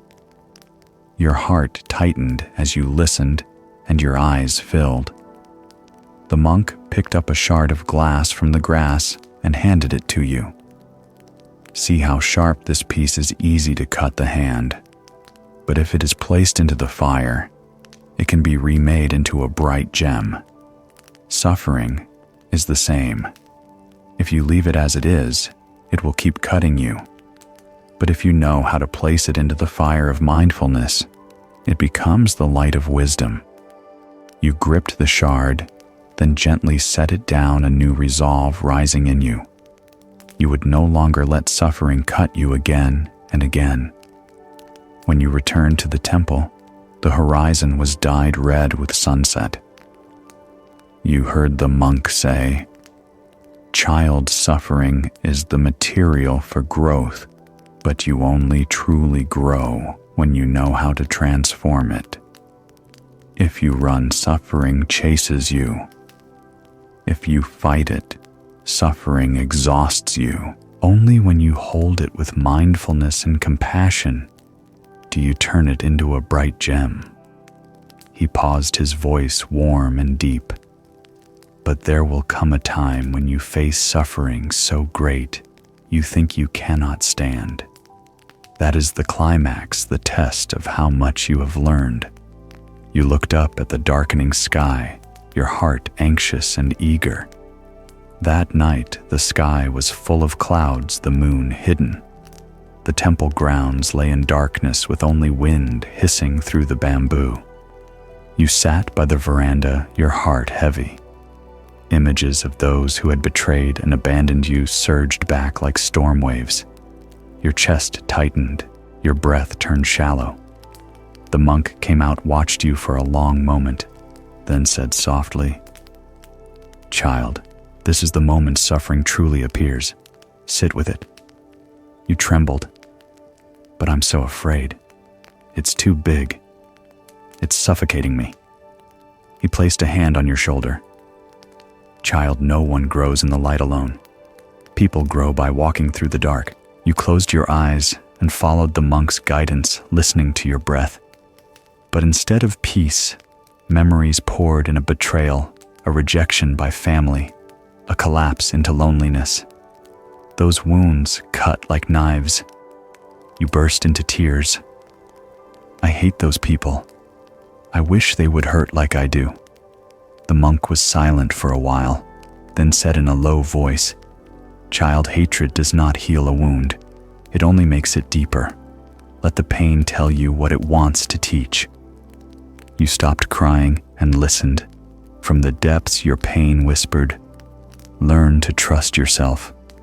Don't place your whole heart in someone else's hands." You opened your eyes, astonished suffering could speak. The monk said, "There was a father whose son stole from the family to feed an addiction.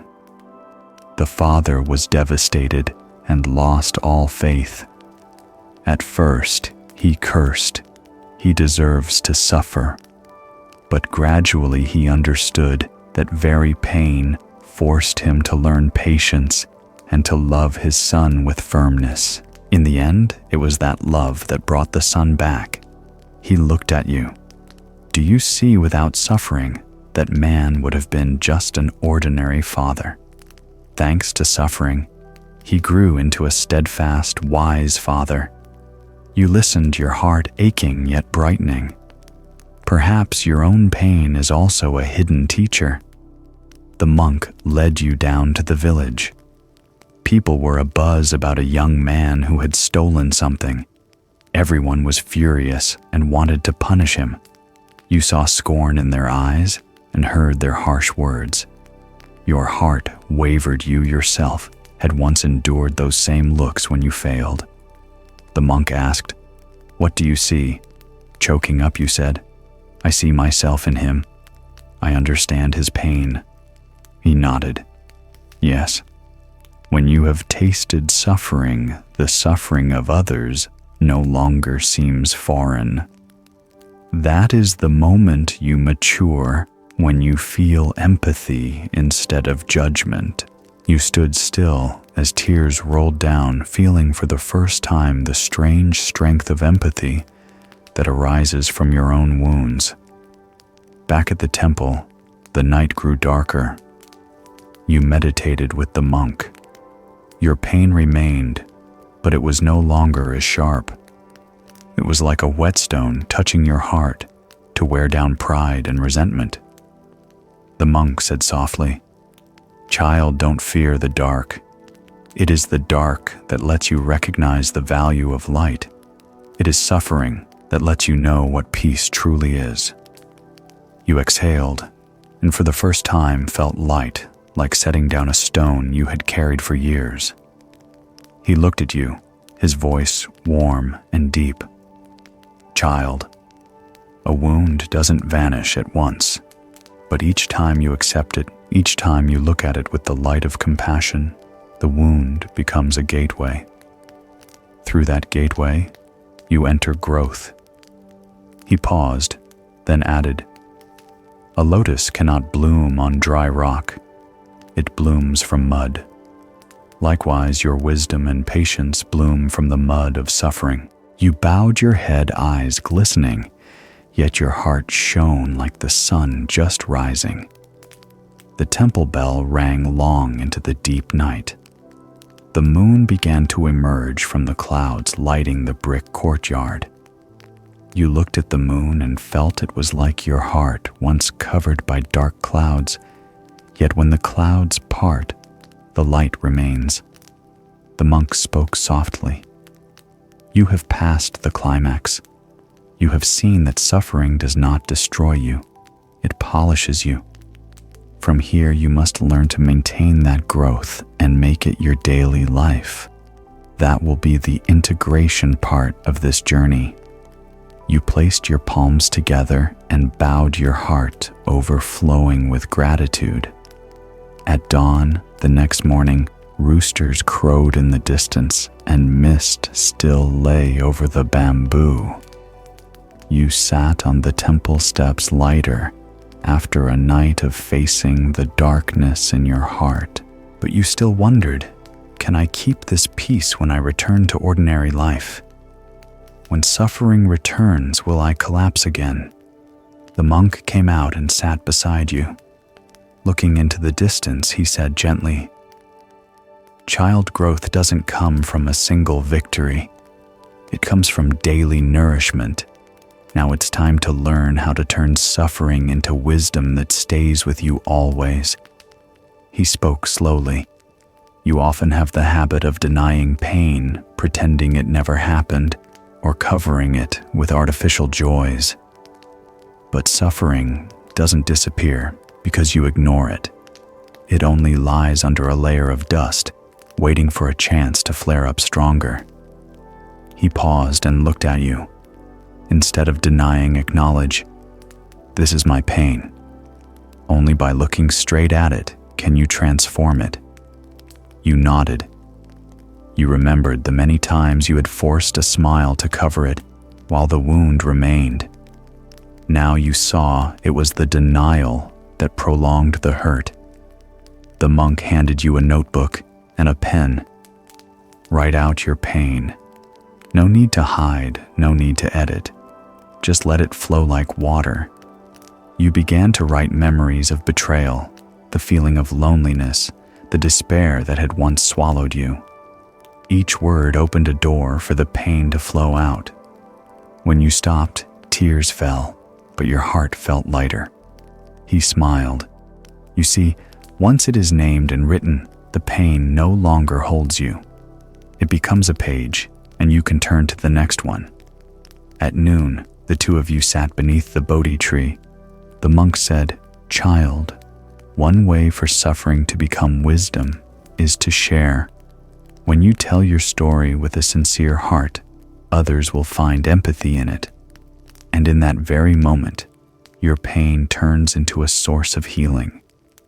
He spoke of a woman who had been abused and later became a speaker traveling everywhere to help those in the same situation. If she had kept her pain hidden, it would only have crushed her. By sharing it, she turned suffering into a mission. You sat still and felt a spark. Perhaps your own pain could become a gift to others. As evening fell, the monk led you along the stream. The water was crystal clear, reflecting the sky. He said, "Child, see each pain as a mirror. When you are angry at someone, look into it. Is it because an old wound hasn't healed? When you are afraid, look into it. Is some memory pulling you down?" He stopped, bent down, and picked up a stone. Don't hate this stone. It reminds you where you are still rough, so you can polish more. Suffering is the mirror that shows you what you need to learn. You dropped the stone into the stream, watched it roll and settle under the water, and suddenly felt your path of practice more clearly. You asked, "Master, how do I know I have truly transformed suffering?" He smiled kindly. When you act differently. When you face a similar situation, instead of reacting with anger, you choose calm. When someone hurts you, instead of blaming you, choose to learn to understand. That is the sign suffering has become wisdom. He said, "A man once betrayed by a colleague faced a similar scene years later. Instead of revenge, he smiled. 'Thank you because of this. I know how to choose the right path.' That is maturity. Listening, you felt a resolve rise in your heart. You also want to act differently, not repeat the same cycle. When the sun sank behind the mountains, the monk turned to you. 'Child, when you have come far, practice being grateful for suffering, not because it is pleasant, but because it made you who you are today.' He smiled. If you had never fallen, you wouldn't know what it means to stand up. If you had never cried, you wouldn't know how precious a smile is. If you had never suffered, you would never understand compassion so deeply. You were silent, your heart brimming, and you placed your palms together and bowed. 'I am grateful for suffering.' The moon rose, shining over the temple courtyard.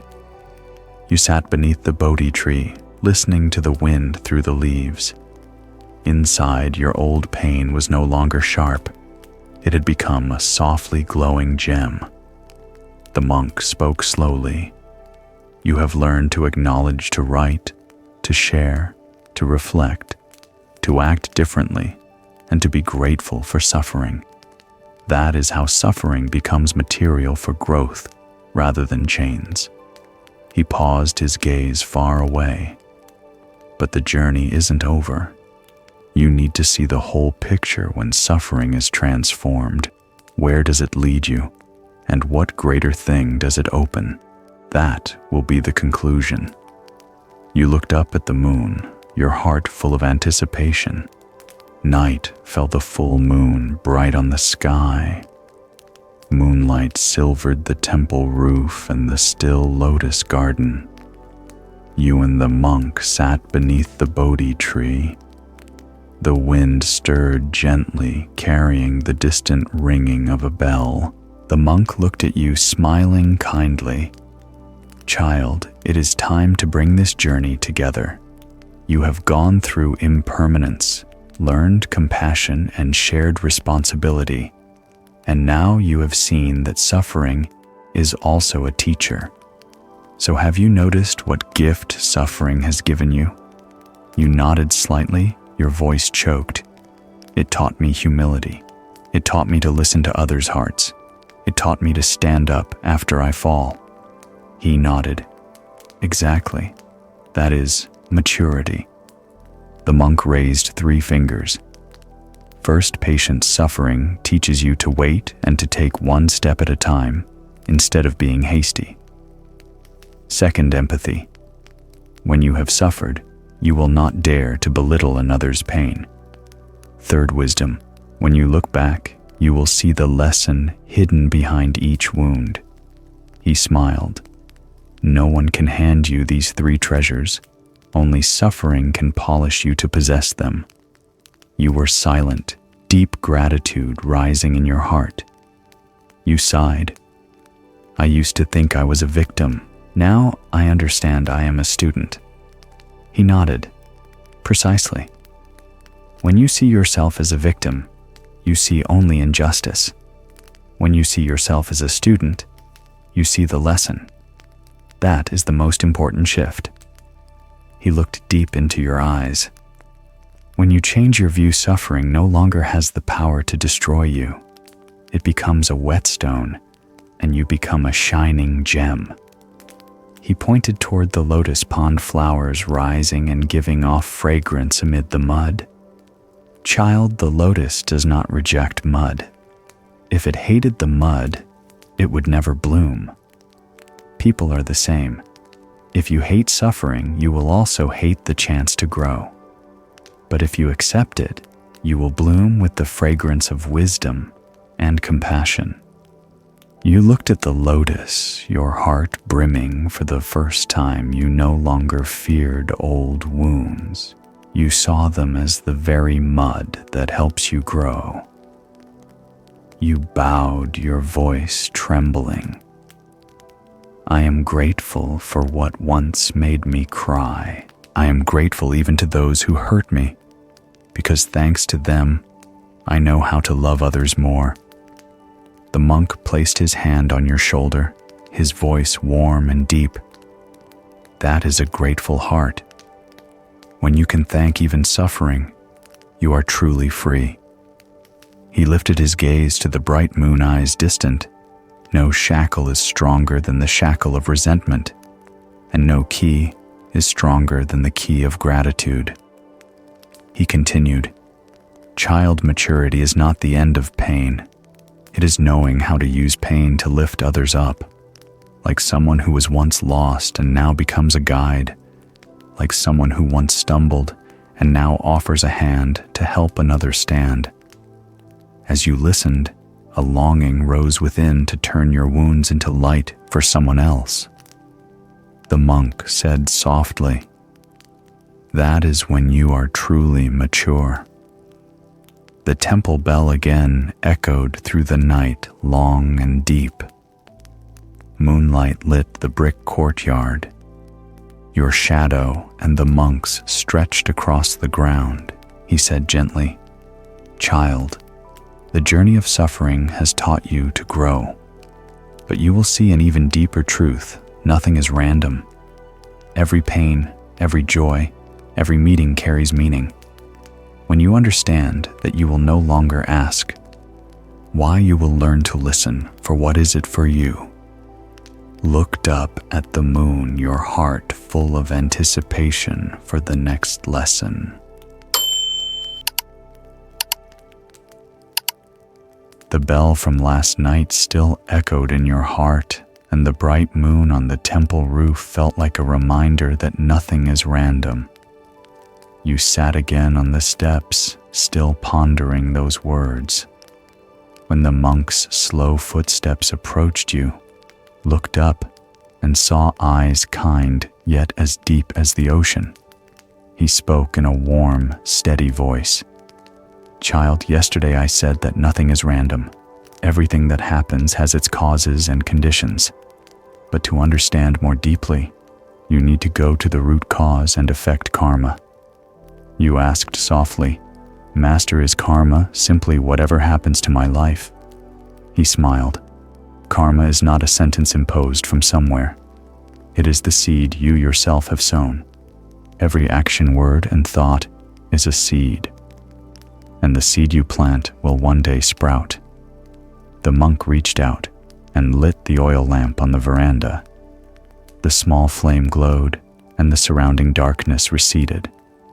Gazing at the flame, he said, do you see a single spark is enough to push back the dark? Likewise, one wholesome deed can create bright conditions, and a single harsh word can plant a shadow for the future. You looked at the flame, a gentle awe rising. Can even my smallest thoughts carry such power? He nodded as if reading your mind. Yes, no seed is ever lost. He told a story. A man once tossed a handful of rice grains into a river. Some were swept away and vanished from sight. But the next year, rice plants grew lush along the riverbank. The man was surprised. I thought they had all drifted off. He looked at you. Karma is like that, child. Some seeds you sow today seem to disappear, but when conditions are right, they sprout, maybe tomorrow, maybe many years later. You lowered your head, recalling things you had done, words flung out in anger, and small kindnesses you had forgotten. Suddenly, you saw that none of it was gone. None of it had ever vanished. The monk spoke gravely. Child, no one stands outside the law of cause and effect. Not kings, not the poor, not the clever or the foolish. Like seeds planted in soil, whoever plants them, the earth raises them into fruit. He paused, then said, "That is the absolute fairness this world rarely offers." You looked up, eyes bright with surprise. "So karma favors no one." He nodded. "That's right. Karma does not take sides and does not punish. It simply returns to you what you have sent out." He continued, "Long ago there was a cowherd boy. Whenever he was angry, he would strike the roadside trees with a stick. Years later, when he needed wood from those very trees to build a house, every trunk bore cracks from his old beatings. He turned to you. You see, karma doesn't come from elsewhere. It is what you have done, returning to meet you in some form." You fell silent. Memories rushed in reckless acts, careless words, and you now felt clearly everything leaves a trace. He said gently, "Child, the important thing is not to fear karma, but to understand it so you plant the right seeds. If yesterday you sowed suffering, today you can sow compassion. If yesterday you sowed anger, today you can sow forgiveness. The soil is impartial. What you plant is what will grow." He looked at you with trusting eyes. Your path now is to learn to plant the right seeds and to understand that karma is the greatest teacher of your life. You lifted your gaze to the sky where the stars glittered like countless seeds being cast into the universe. In your heart, you felt a new journey beginning, a journey to explore the law of cause and effect more deeply. The temple bell sounded again, like a reminder in the distance. The monk said slowly, "Child, prepare yourself. Next, I will take you deeper to see clearly how each action, each word, each thought becomes a seed, and how they ripen into fruit in your life." You bowed your head solemn and eager, knowing a new leg of the journey lay ahead. The next morning, the sun just crested the mountain ridge. Golden light spread over the old roof tiles and lit the dewdrops on the leaves. You followed the monk to the vegetable garden behind the temple. He held a small pouch of seeds, his hand still earthy. He turned and smiled. "Child, today I'll show you clearly what it means to sow and what it means to reap." He placed the pouch in your hand. The seeds were tiny, seemingly insignificant. "Look, these are mustard seeds. If you plant them, tend them, and water them in time, you'll have greens to eat. If you neglect them, they will spoil and lose their value." He paused, then said, "Every action, word, and thought of yours is like these mustard seeds. They may seem small, but when conditions gather, they sprout. No seed is lost." Clutching the pouch, you suddenly remembered the times you spoke harshly or let a bad thought flash through your mind. They were small, like these seeds, but are they waiting to sprout? The monk saw your face and kindly said, "Yes, child." He pointed to the earth. "Each day you sow 3 kinds of seeds: body, speech, mind. When you reach out a hand to help someone up, that is a seed of bodily action. When you speak words of comfort to someone in pain, that is a seed of verbal action. When you give rise to compassion even before you speak or do anything, that is a seed of mental action." His tone deepened. "And the reverse is also true. A slap, a cutting word, or a jealous thought are seeds as well." They do not disappear. They wait for a chance to sprout into suffering. You shivered. Each day you had been sowing countless seeds without realizing it. He continued. There was a father who, whenever angry, shouted at his child. He thought, it's only words. Kids will forget. But years later, the child grew timid and unsure, and as an adult scolded his own child the same way. He looked at you. Do you see, one small sentence can be a bitter seed? It not only sprouts in one child's heart, it spreads to the next generation. You lowered your head, heart aching at the times you had raised your voice at loved ones. The monk led you to a freshly tilled plot. He scattered a handful of mustard seeds into the soil, then tossed a handful of pebbles beside them. See, the mustard will grow into greens, but these pebbles, no matter how much you water them, will never sprout. You were surprised. Master, does that mean bad seeds won't sprout? He smiled and shook his head. No, child. Bad seeds do sprout, but they grow into thorns, into poison plants. Touch them and you'll be hurt. Come near and others will be wounded too. You trembled, picturing the thorn bushes you had planted in your life. He said slowly, child karma doesn't always ripen at once. There are 3 kinds. 1, immediate result present retribution. The fruit comes in this very life. When you flare up in anger, your body heats, your heart races. That is an instant fruit. 2, next life result birth retribution. The fruit comes in a later life. You plant today and meet it later. 3, distant result later retribution. The fruit comes further on, perhaps many lives later, but it never disappears. He emphasized, remember, no seed is lost. However many seasons pass, it still waits for the right conditions to sprout. He gestured around the garden. Look at the temple garden. Some beds are lush with greens, others full of weeds. All depend on what was planted. Your mind is the same. If you sow love, you will reap peace. If you sow anger, you will reap unrest. He smiled kindly. Every temple needs a gardener.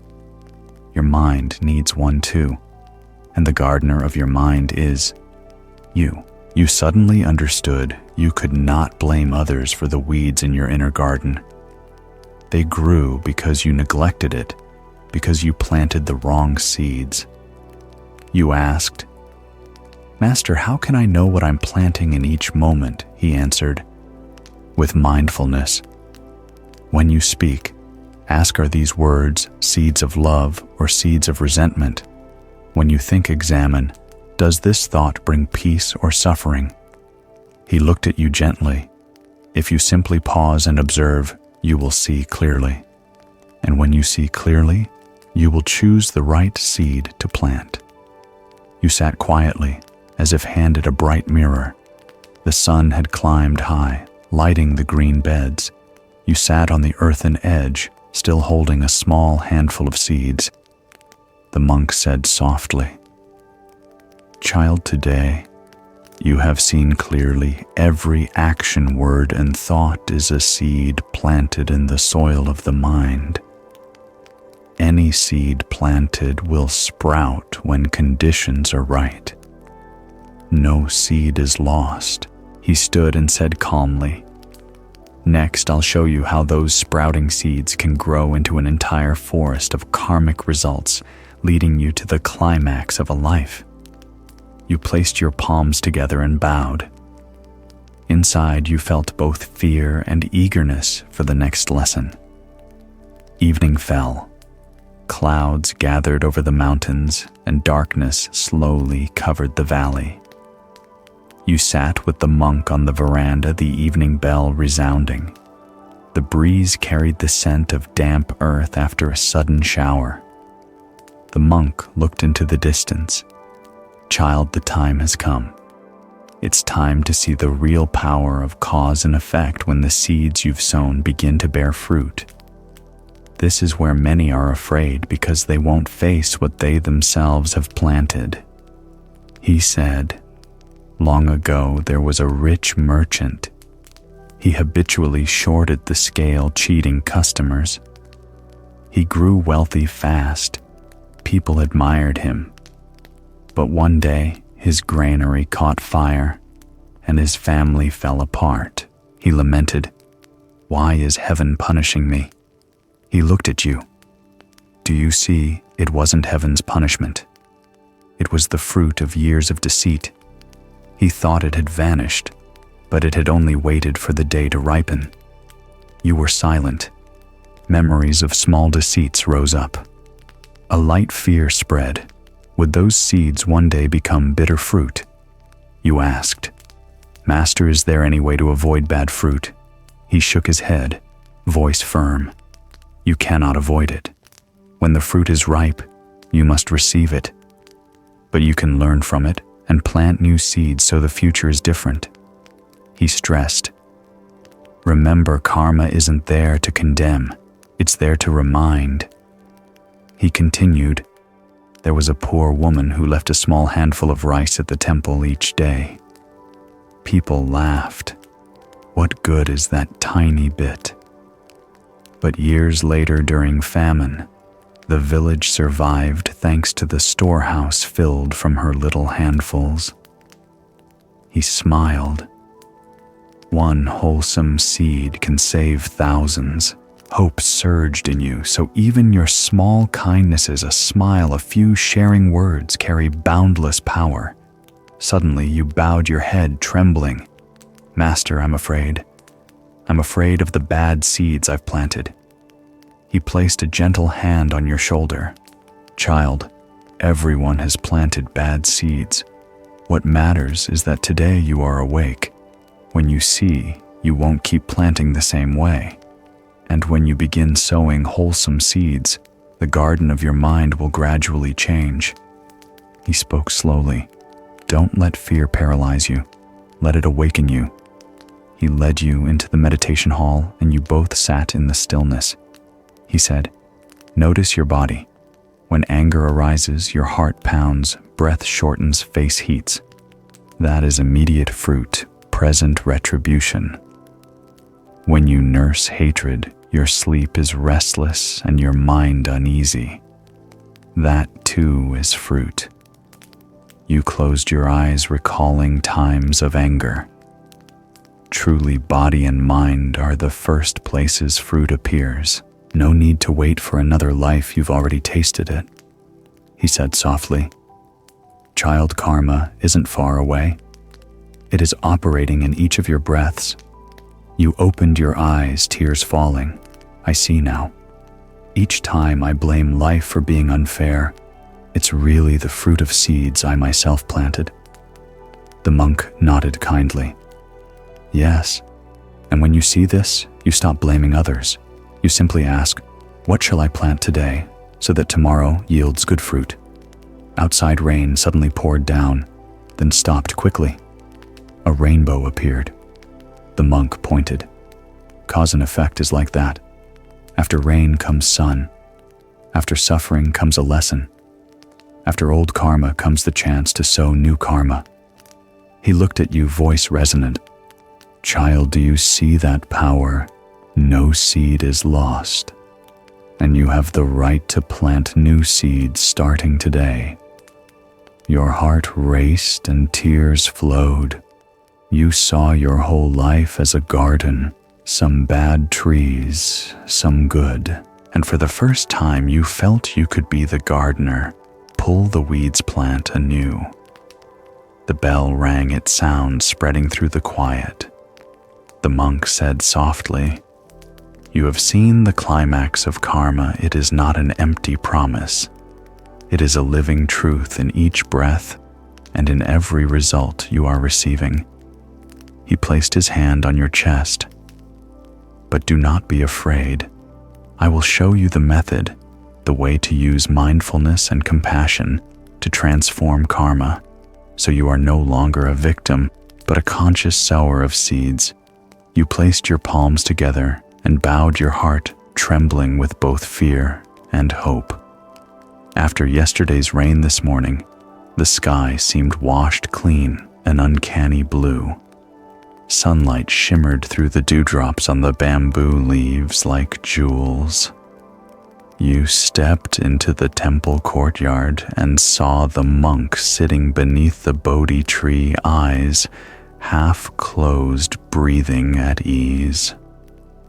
He opened his eyes at the sound of your steps and smiled kindly. Child, yesterday you saw karma bear fruit, both good and bad. Today I will show you the method. You will see that karma is not chains that bind you. It can become wings if you know how to transform it. He began slowly. The first step is to dare to look directly at the karma you've planted. If you avoid it, you will repeat it.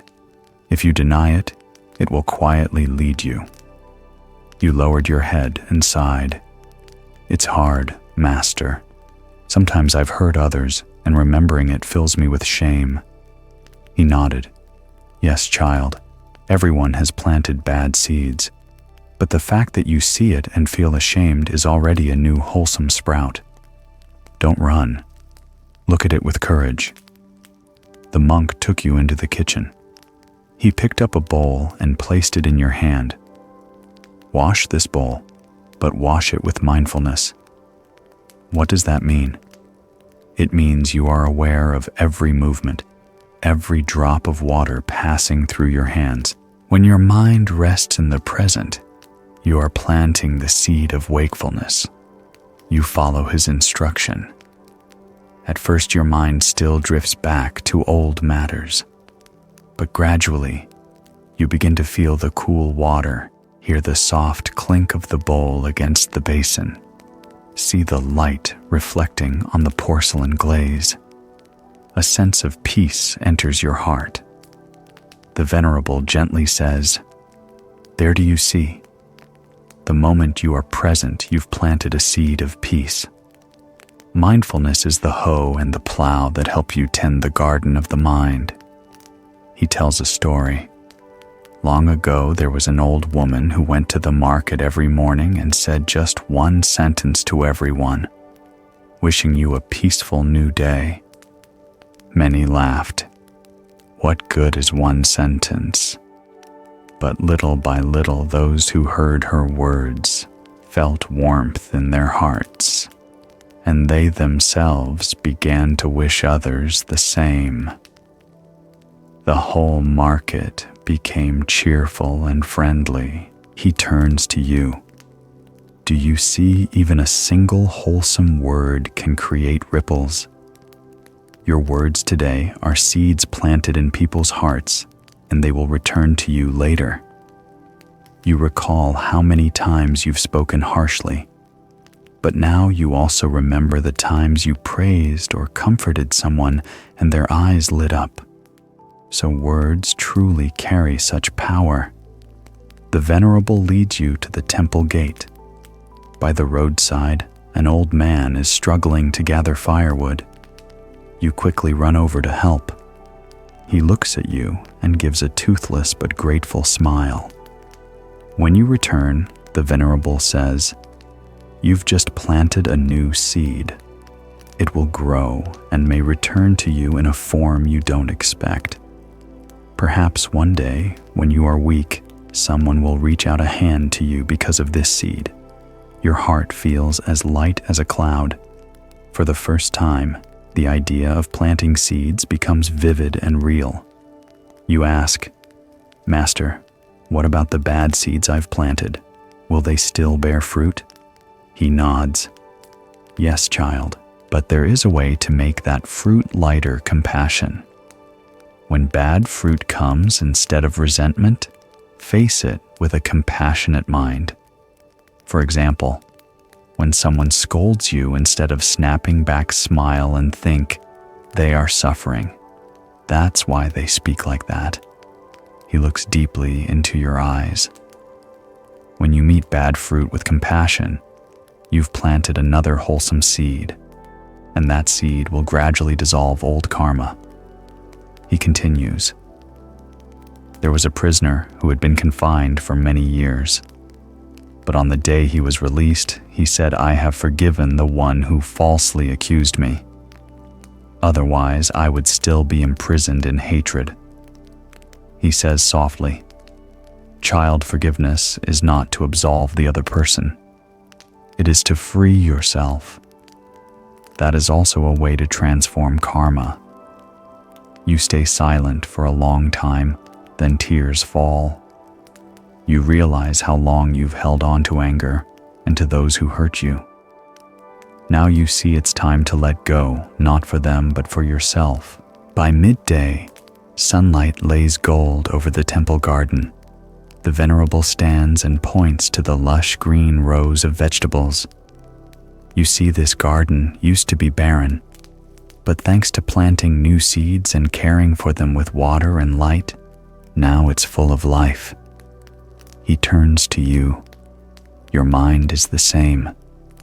Even if it was once full of weeds, as long as today you plant new seeds and care for them with mindfulness and compassion, tomorrow your inner garden will be different.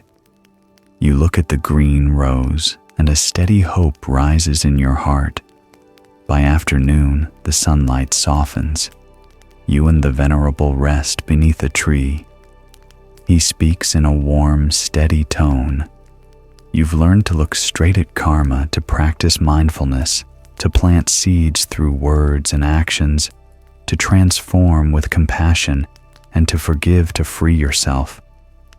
That is the path to resolving karma, turning it into an opportunity for growth. He gently places his hand on your shoulder. But the journey isn't finished. You need to see the whole picture: causes, planted fruits, ripened ways to transform, and finally, the wisdom to recognize that everything is contained within this law. You nod, your heart stirred, awaiting the conclusion. Night falls.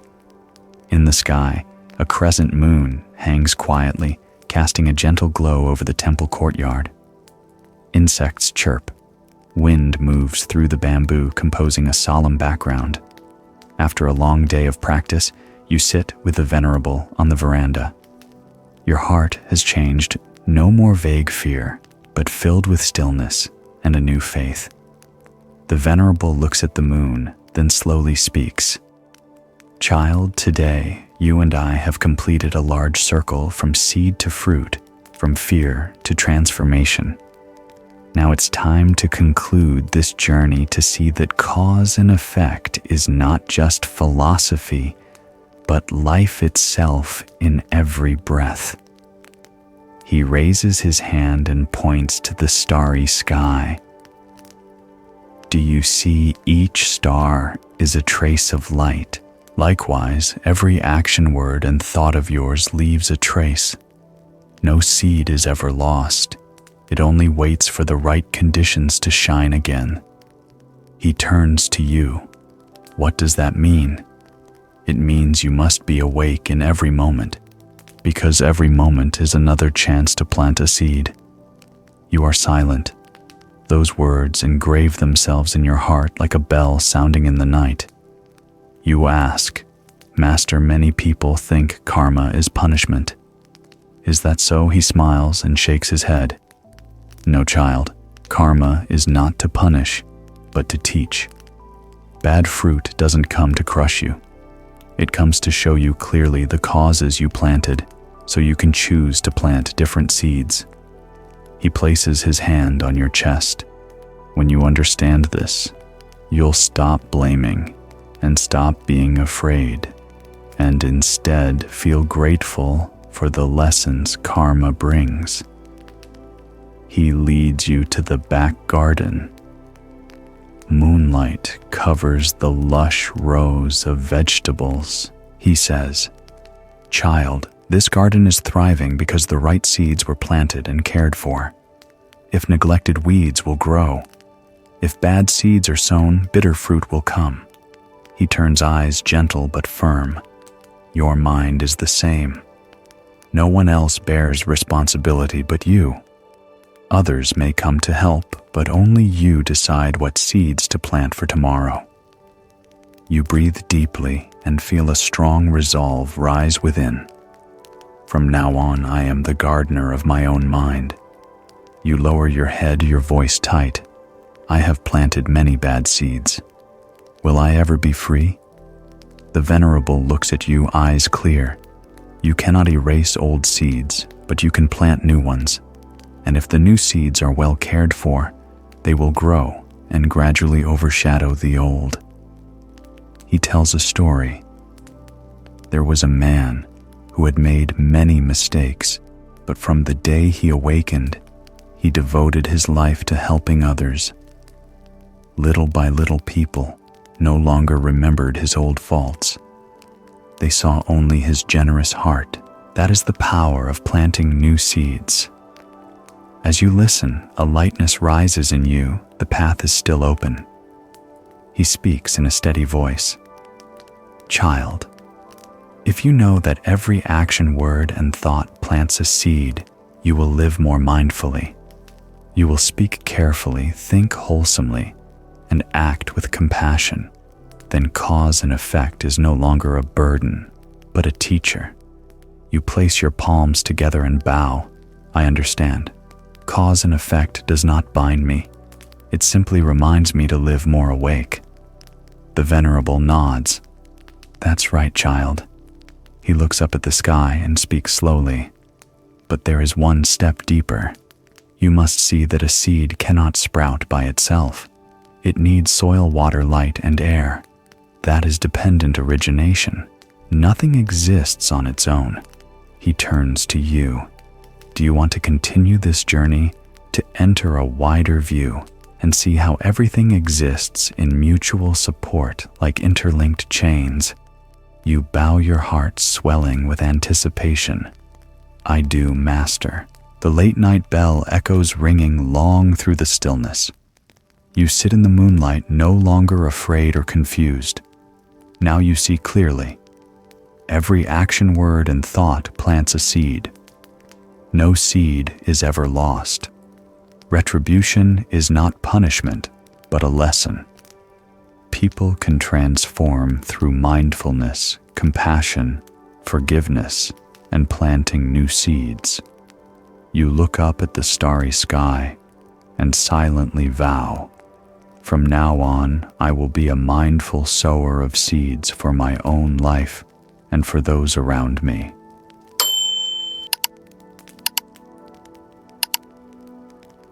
Last night, as you concluded the lesson on cause and effect, karma, you looked up at the starry sky and silently vowed to sow wholesome seeds. This morning, the temple courtyard bathed itself in the dawn mist, the scent of young pines drifting in on a light breeze. You stepped out to the veranda and found the Venerable sitting beneath the Bodhi tree fingers, moving along his mala beads, eyes gentle like a still lake. He looked at you, his voice deep and warm. Do you remember last night I said, no seed is ever lost? Today, to see why a seed can sprout, you need to go deeper into a greater truth, dependent origination. You tilted your head slightly. To you, dependent origination is a beautiful but vague term. You asked, dependent origination, does it mean everything exists by relying on one another? The Venerable nodded. That's right. Nothing exists independently. You and all things are connected like the knots in Indra's net touch one knot, and countless others tremble. When you understand dependent origination, you blame less, cling less, feel less alone, and live responsibly, because you know every movement you make touches the life around you. You sat down beside him. The morning bell rang out long across the valley. In that deep vibration, your heart softened, ready to listen. The Venerable held out his hand to catch a drop of dew on a blade of grass. Look at this drop of dew. It sparkles because there is the sun, the night wind, ocean clouds that have traveled thousands of miles, the person who planted this grass and this piece of land. One drop of dew contains the whole sky. You are the same. Within you are your parents, teachers, friends, books, sunshine and rain, even people you've never met who have woven your life together. You suddenly remembered this morning's cup of tea, the scent of the leaves, the hands that picked them, the route of transport, the vendor, your own hand lifting the cup. A cup of tea turns into an invisible map of countless conditions. Do you see? The Venerable smiled. When you drink tea with that understanding, you are no longer drinking alone. You drink with all. A breeze passed by, stirring the wind chime on the veranda.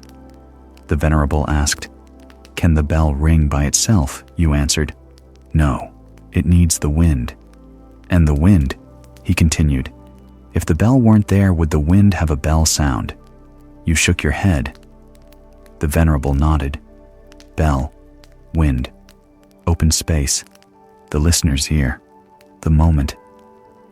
Only when all are present does this sound of the bell arise.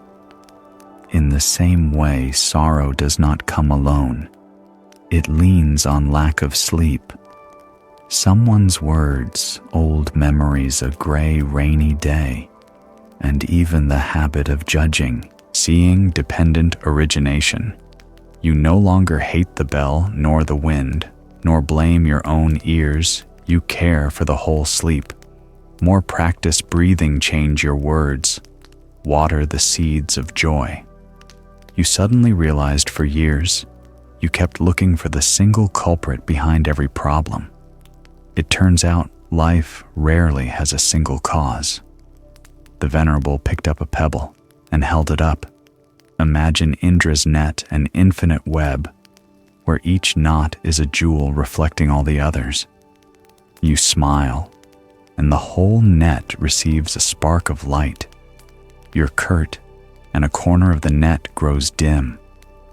That's why there is no purely private matter in the absolute sense. Everything you do spreads out like ripples across a lake. You remembered the city bus driver. Every morning he greeted passengers with a smile. One day that very smile made you less irritable. From you, gentleness spread to your colleagues. One knot trembled, and many people's day changed. Seeing dependent origination, you'll understand responsibility is no longer a burden. It is a power. You have the power to set beautiful movements in motion for the whole net. You asked, Venerable, if everything comes from many conditions, then when someone does something wrong, do I still need to judge? He answered gently, understanding, dependent origination does not make you relax your ethics. It helps you see more deeply. When someone is rude, you can see lack of sleep pressure, a childhood of being scolded, fear of abandonment, a violent environment. Even so, behavior still needs correction, but you correct it with compassion and wisdom, not anger. You adjust one condition among many, give them the chance to learn to breathe, change the work schedule, create a safer environment. By doing that, you change the result. You pondered and agreed. The last time a colleague lost their temper, you responded with silence and a warm cup of water. The whole meeting softened. You adjusted one condition and the entire picture changed. The Venerable said, last night you learned cause and effect. As you sow, so shall you reap. Today, dependent origination adds the seed does not grow on its own. It needs soil, water, sunlight, the gardener's hand, the weather, even the timing. Therefore, if you want a different fruit, don't just change the seed. Tend to the conditions as well. You recorded it as a life formula. Change the seed, plus nurture the conditions. Changed the fruit. A fresh feeling arose. You have more points of contact than you thought. The Venerable raised 3 fingers, the door of breathing. When you breathe in, know clearly, This body is not separate from plants. You are borrowing oxygen from the leaves and will return CO2 to them. Each breath is already dependent origination. Sit quietly for 5 minutes, and you will see you are not solo. The door of gratitude. Each morning list 5 things you have thanks to others: a roof, the road, clean water, a song, electric light. Over time, the ego softens, the heart grows tender. The door of listening. When you listen to someone with the intention to understand, you will hear the conditions behind the words: fear, hope, shame. You touch the root instead of just plucking the leaves. You smiled. The 3 doors sounded very ordinary, yet you felt they opened into a wide space. The Venerable said, "Try a 7-day experiment with dependent origination. Each day, choose 1 small condition to touch." Day 1, before sending a difficult email, pause for 3 breaths. Ask, will these words make the net tremble beautifully? Day 2, buy an extra cup of coffee for the person behind you in line. Day 3, call a loved one just to thank them for something specific. Day 4, pick up trash on the sidewalk in front of your house. Day 5, listen to a colleague for 10 minutes without interrupting. Day 6, take a mindful walk for 15 minutes. See yourself breathing with the trees. Day 7, write down 3 knots that trembled beautifully this week.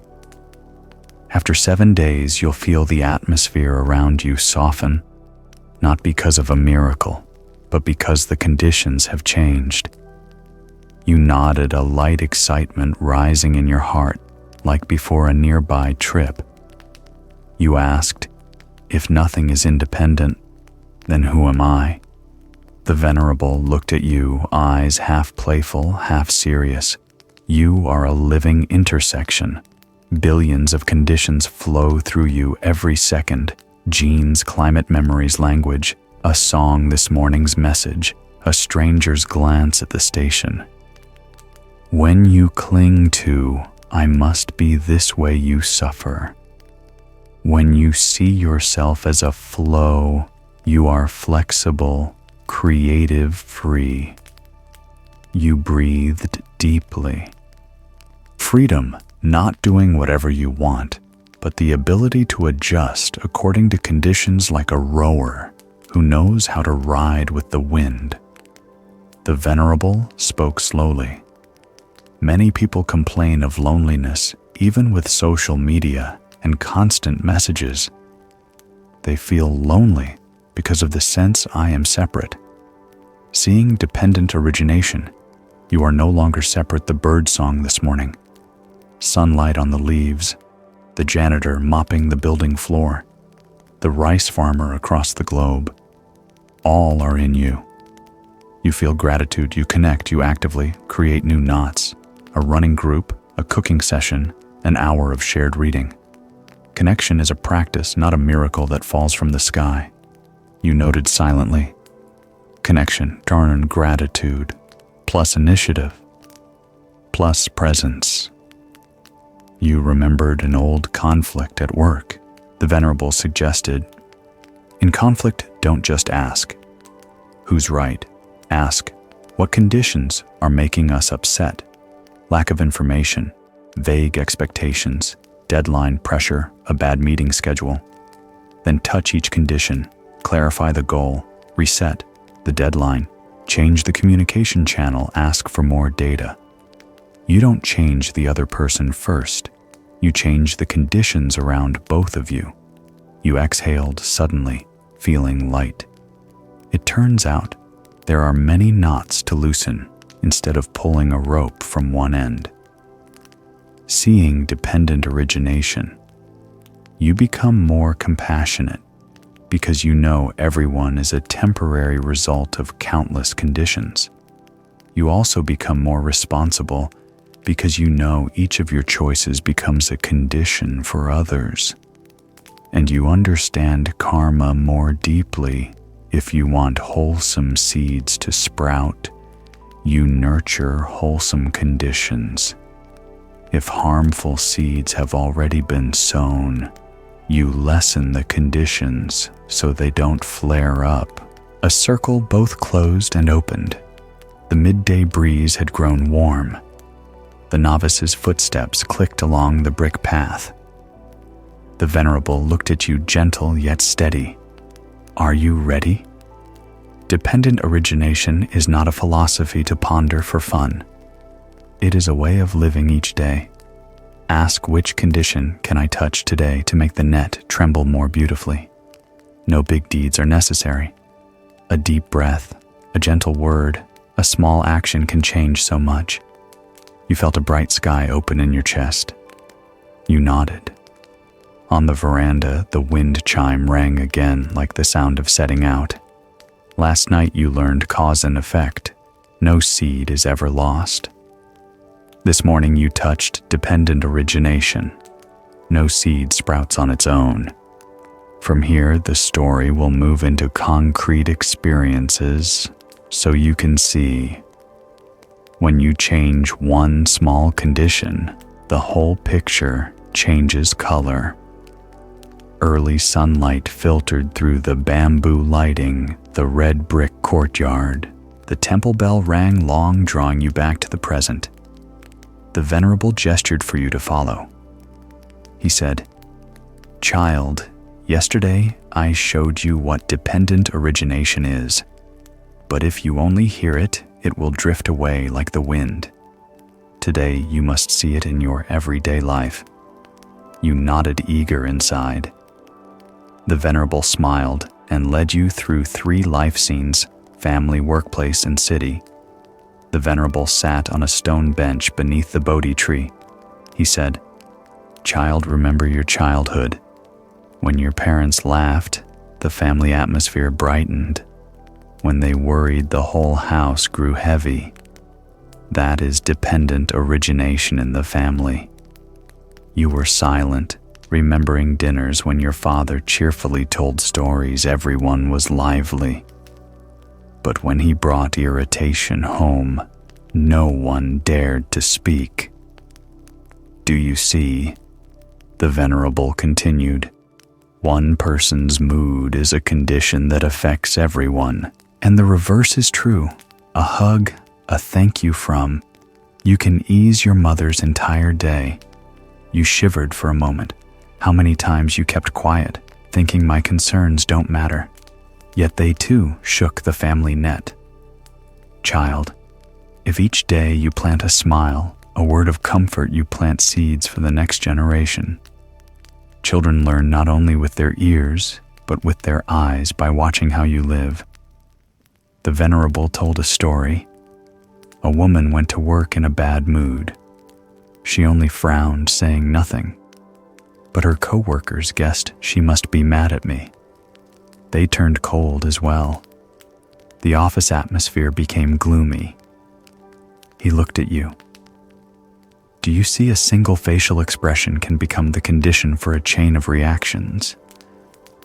Everything is interconnected like the knots of a net. You recalled your own workplace. Just one person's complaining could weigh everyone down. But just one person's enthusiasm could energize all. Child, when you send an email with kind words, you sow seeds for the group's atmosphere.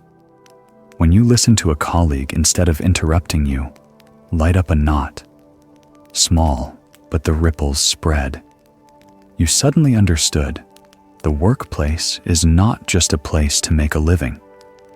It is a field of dependent origination, where each action influences more than you think. The Venerable led you to the temple gate. Looking down at the valley, sunlight fell on the busy road. He spoke slowly. You may think you are only a small individual in a big city, but remember, one person is enough to shake the net. He told a story. A young man rushing in the morning shoved others and scowled. All that day, those he shoved were irritable to others. The ripples radiated outward. Another young woman early in the morning bought 2 cups of coffee and gave one to the person behind her in line. That person was moved, smiling all day. This ripple also spread. He looked at you. The city is vast, but each small gesture of yours helps determine its emotional temperature. You are not a meaningless grain of sand.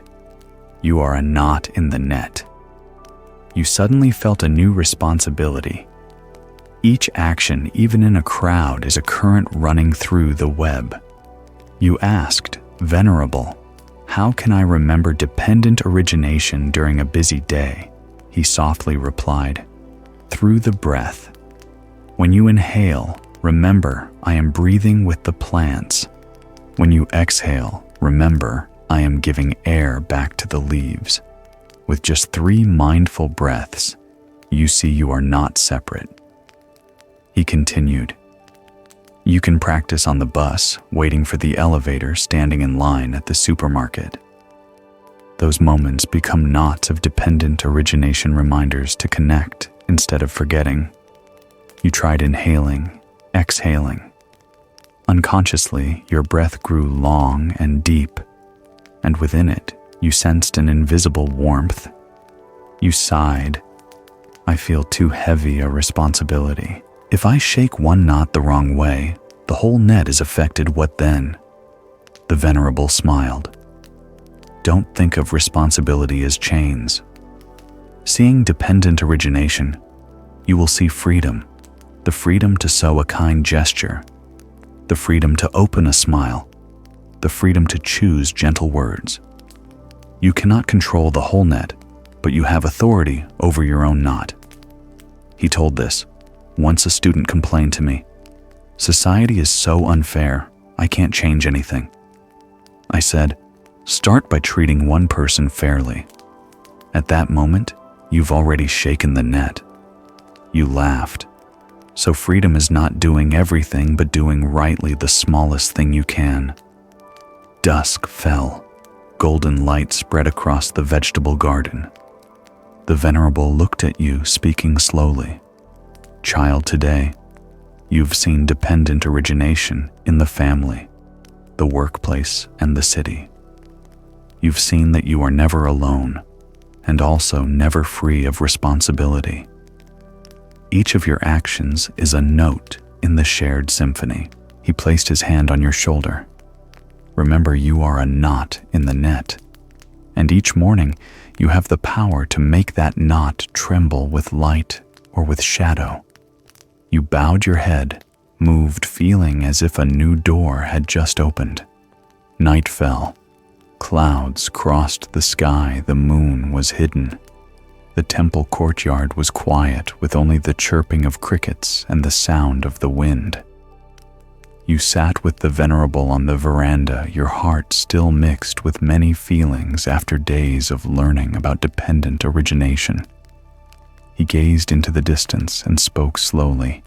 "Child, to truly see dependent origination, you must face this truth: a small action can open into a long chain of consequences, sometimes beautiful, sometimes painful. Only when you see this clearly will you cherish every choice." The Venerable told, "A little boy, being mischievous, threw a stone into the well. Water splashed. It seemed like a harmless prank, but the next day, the villagers had no clean water because the stone blocked the source. A small prank became great suffering for the whole village." He looked at you, his eyes serious. "Do you see? One small action, when it touches the net of dependent origination, can affect more people than you think." You shuddered, remembering when you once lashed out at a loved one. Just one sentence, but the relationship cracked for years. Now you understand those words were like a stone thrown into the well. You asked, "Venerable, does that mean every mistake of mine ruins the whole net?" He nodded thoughtfully. Yes, but don't despair. Look closely. When a darkness is sown, it can spread. But once you realize it, you can stop it, even turn it into a lesson for the whole net. He told another story. A man addicted to alcohol beat his son whenever he was drunk. The child grew up full of resentment. But when he started his own family, he resolved, I will be different. Because he stopped there, an entire generation was saved. The darkness did not continue. You exhaled. You saw clearly the stream of conditions can be redirected if there is a mindful pause. The Venerable smiled, his voice soft again. But don't forget, light spreads in the same way. He continued.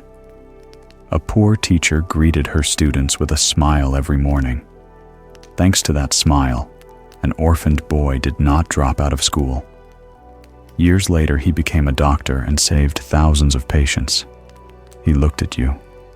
Do you see now a smile, a word of comfort, a small seed, but it can save a life? As you listened, a sense of wonder rose within you.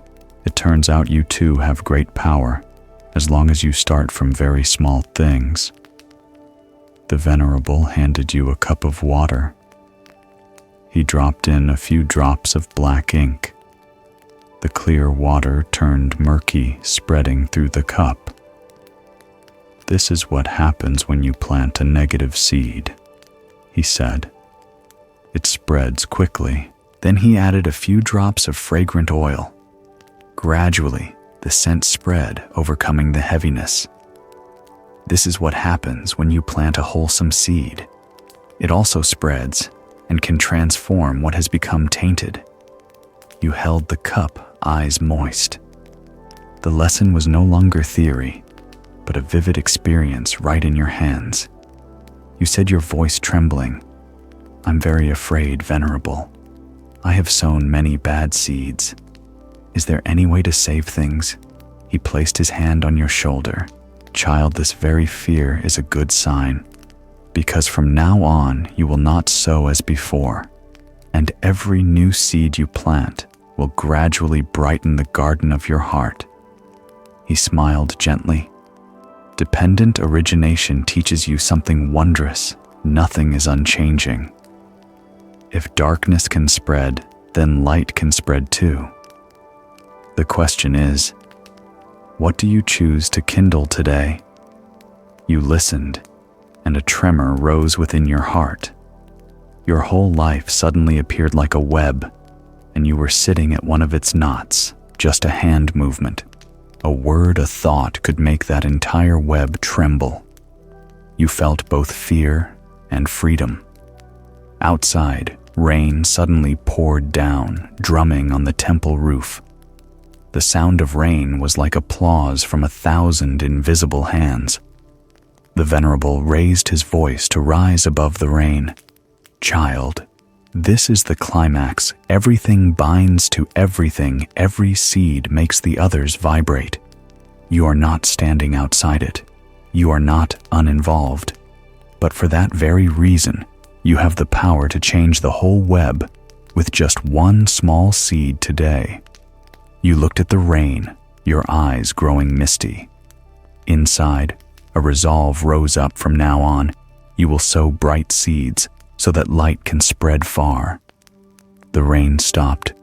The moon slipped out from the clouds, a gentle light covering the temple courtyard. You and the Venerable sat in silence. He spoke softly. You have seen the climax of dependent origination. One small action can be woven into a great chain. From here, you need to learn how to resolve, which means living mindfully, so you can deliberately plant seeds, nurture wholesome conditions, and cut unwholesome ones. You bowed your head, trembling yet full of hope for what comes next. The rain had just cleared. Drops of water still clung to the Bodhi leaves, sparkling in the moonlight. You and the Venerable sat quietly for a long time, hearing only the faint wind and the scent of damp earth. The pure air felt like a new page opening in your heart. The Venerable looked at you, his voice deep and warm. Child, now you have seen the interweaving of dependent origination. But if you only see it without practice, it will vanish like morning mist. You need to learn to plant wholesome seeds, nurture bright conditions, and stop yourself before adding new bonds. You put your palms together. Please teach me, Venerable. He smiled. Then listen carefully. Child, the first step is reflection. Each day before sleeping, ask yourself, what seeds did I plant today? A kind word, an angry look, a greedy thought. He continued, don't judge, just observe like a farmer checking the field. Whatever seeds you plant will sprout. If they are bad seeds, note them so you won't repeat them tomorrow. If they are wholesome seeds, smile and nourish them. You sighed, but Venerable, I've planted too many bad seeds. He chuckled gently. It's all right, child. A forest once had weeds too. But as you plant more green trees over time, the weeds recede on their own. The Venerable led you out to the courtyard where the bamboo grove swayed softly. He said, when you breathe in, remember you are receiving air from the plants from the universe. When you breathe out, you return it to all beings. Even one breath is a complete cycle of dependent origination. You tried it. For a moment you felt there was no separation between you and the trees. He nodded. This practice helps you remember you do not live independently. You live with, and you live thanks to. He said, child, every word you speak is a new thread woven into the net of dependent origination. If it is a soft thread, the net becomes stronger. If it is a thorny thread, it tears many knots. He paused, looking straight into your eyes. Therefore, before you speak, breathe. Ask, does this word nourish or harm? If it does not nourish, then silence is also a wholesome seed. You bowed your head, recalling how often you had hastily released sharp words. Now you saw that silence can also be compassion. The Venerable told a story. One of my students spent just 5 minutes each day cleaning the corner of the street in front of his house. At first, people laughed, but gradually the neighbors followed. The whole neighborhood changed. He looked at you. Child, don't wait for grand actions. Just one small gesture repeated will become a great wave in the net of dependent origination. You smiled. It turns out you don't need power, only to start with what is within your reach.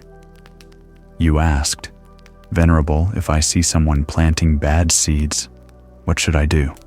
He answered gently, remember they too are caught in the net. When you see someone lost, instead of judging, ask, what seed can I plant to help? Sometimes it's just listening or a hug. He paused, then said, don't forget, every suffering person is a torn knot. If you mend it with compassion, the whole web grows brighter. The Venerable added, a woman lost her child and thought she could not go on living. But instead of blaming, she formed a group to help other mothers who had also lost children. Private pain turned into shared strength. That is the transformation of dependent origination. You fell silent. A faith rose within you that even the deepest wounds can bear fruit for life. He looked up at the bright moon, his voice gentle. Child, remember, dependent origination is not a burden. It is an opportunity. You can plant a seed and you will see it bloom elsewhere. He smiled. To feel responsible is not to be afraid, but to be glad. Because each day you get to contribute one note to the great symphony. You smiled softly. Your heart felt lighter than ever. It was late at night. The temple bell rang again, echoing far on the wind.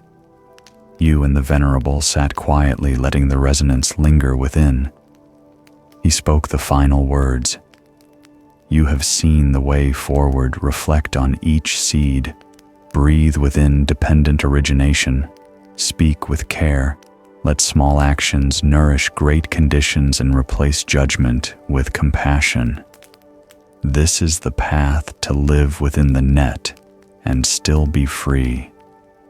You bowed your heart, brimming with a new peace. Dawn slowly broke. A thin light like a golden silk scarf spread over the valley. The temple courtyard glowed with the scent of young grass and birdsong. You sat beneath the Bodhi tree with the Venerable. Your heart felt light, as if washed clean by the night's rain. The Venerable gazed at the first light, his voice deep. Child, these past days you have walked with me through the layers of dependent origination. You saw family, workplace, city, and then your very breath. Now it is time to carry this lesson fully into your life. You folded your hands, eyes shining. Venerable, I feel clearly that nothing exists independently. But how can I keep that mindfulness for a long time amid all the busyness of daily life? He smiled kindly. Child, remember, dependent origination is not a lesson to memorize, but a stream of life you are breathing every second. The Venerable led you to the temple gate. The dirt path was still wet, each sandal print clear. He advised, with every step be aware this step is not yours alone. It connects to many other paths, to many footprints, before and after. You took a step and felt your foot touch the earth, while at the same time connecting to all of history, ancestors, parents, teachers, friends, all seeming to be present in one small footprint. He said, when you walk in mindfulness, you step on behalf of those who still cannot pause. That too is planting seeds in the net of dependent origination. The Venerable pointed to the morning bowl of rice. Look, in this grain of rice there is rain, there is sun, there are farmers' hands, the road of transport, and the love of the cook. When you eat a bowl of rice, you are receiving the entire universe. You lifted a spoonful and naturally slowed down. Each grain of rice was not just food, but a mirror reflecting endless interconnection. He said, when you eat mindfully, you nourish body and mind, not only for yourself, but for the whole web. You asked, but Venerable, if everything I do relates to countless people, isn't that an overwhelming burden? He laughed softly. Child, it is not a burden, it is a joy, because you are never alone. When you smile, thousands of smiles may bloom in response. When you stumble, there are other hands ready to help. He paused and placed a hand on your shoulder. To see dependent origination is to see the love hidden within. And when love is nourished, responsibility becomes happiness. The Venerable pointed to the sky. The white clouds thinned, revealing a deep blue. Child, imagine the sky as Indra's net. Each drop of dew on it reflects all the others. You are also a drop of dew, he said softly. When you are clear, you reflect the light of countless others. When you are murky, the net darkens in part. But remember, any drop of dew can become clear again if it returns to the light. You lifted your head. In that moment, you no longer felt small. You felt yourself within an endless web, and every small choice you make carries meaning. The temple bell resounded, ringing long through the air. The Venerable turned to you. Child-dependent origination is not just philosophy. It is a way to live lighter, deeper, with more love. He concluded, "Go forth and practice walk in mindfulness, eat in awareness, breathe, knowing you and all beings are not separate. Then your life will no longer be lonely, and each day will be a chance to weave light into the net of the sky." You bowed very deeply. A vast gratitude rose within you, not only for the Venerable, but for the invisible web that embraces you every second. The moon had risen high, its light covering the temple courtyard, gentle as the universe's arms, encircling all things. Throughout this journey, you and the Venerable have passed through many layers of dependent origination. You have seen that nothing stands alone, that each breath, each word, each action touches the lives of countless beings. You have learned that every seed you plant does not only sprout within you, but spreads like ripples on a lake, affecting even those you have never met.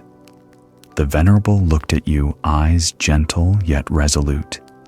Child, remember, life is not a stage where you perform only for yourself. Life is a net where each small gesture of yours makes 1,000 threads tremble. If you sow darkness, darkness will spread. But if you sow light, light will spread as well. And the choice is always in your hands. Those words pierced straight into your heart. You felt a new strength light up within. No longer a distant philosophy, but a living reminder you are the knot in the net. And from this moment on, you can decide whether your vibration will be light or shadow. If you feel your heart has just been touched, if you recognize that dependent origination is not only a teaching, but a way to live more deeply and love more fully, please walk with our community. Please subscribe to the Buddhism Seeds channel. Give this video a like and share it with anyone who needs a gentle reminder in a busy life. And don't forget to leave a comment below. How have you experienced dependent origination in your own life? Your sharing may become a light for someone who has lost their way,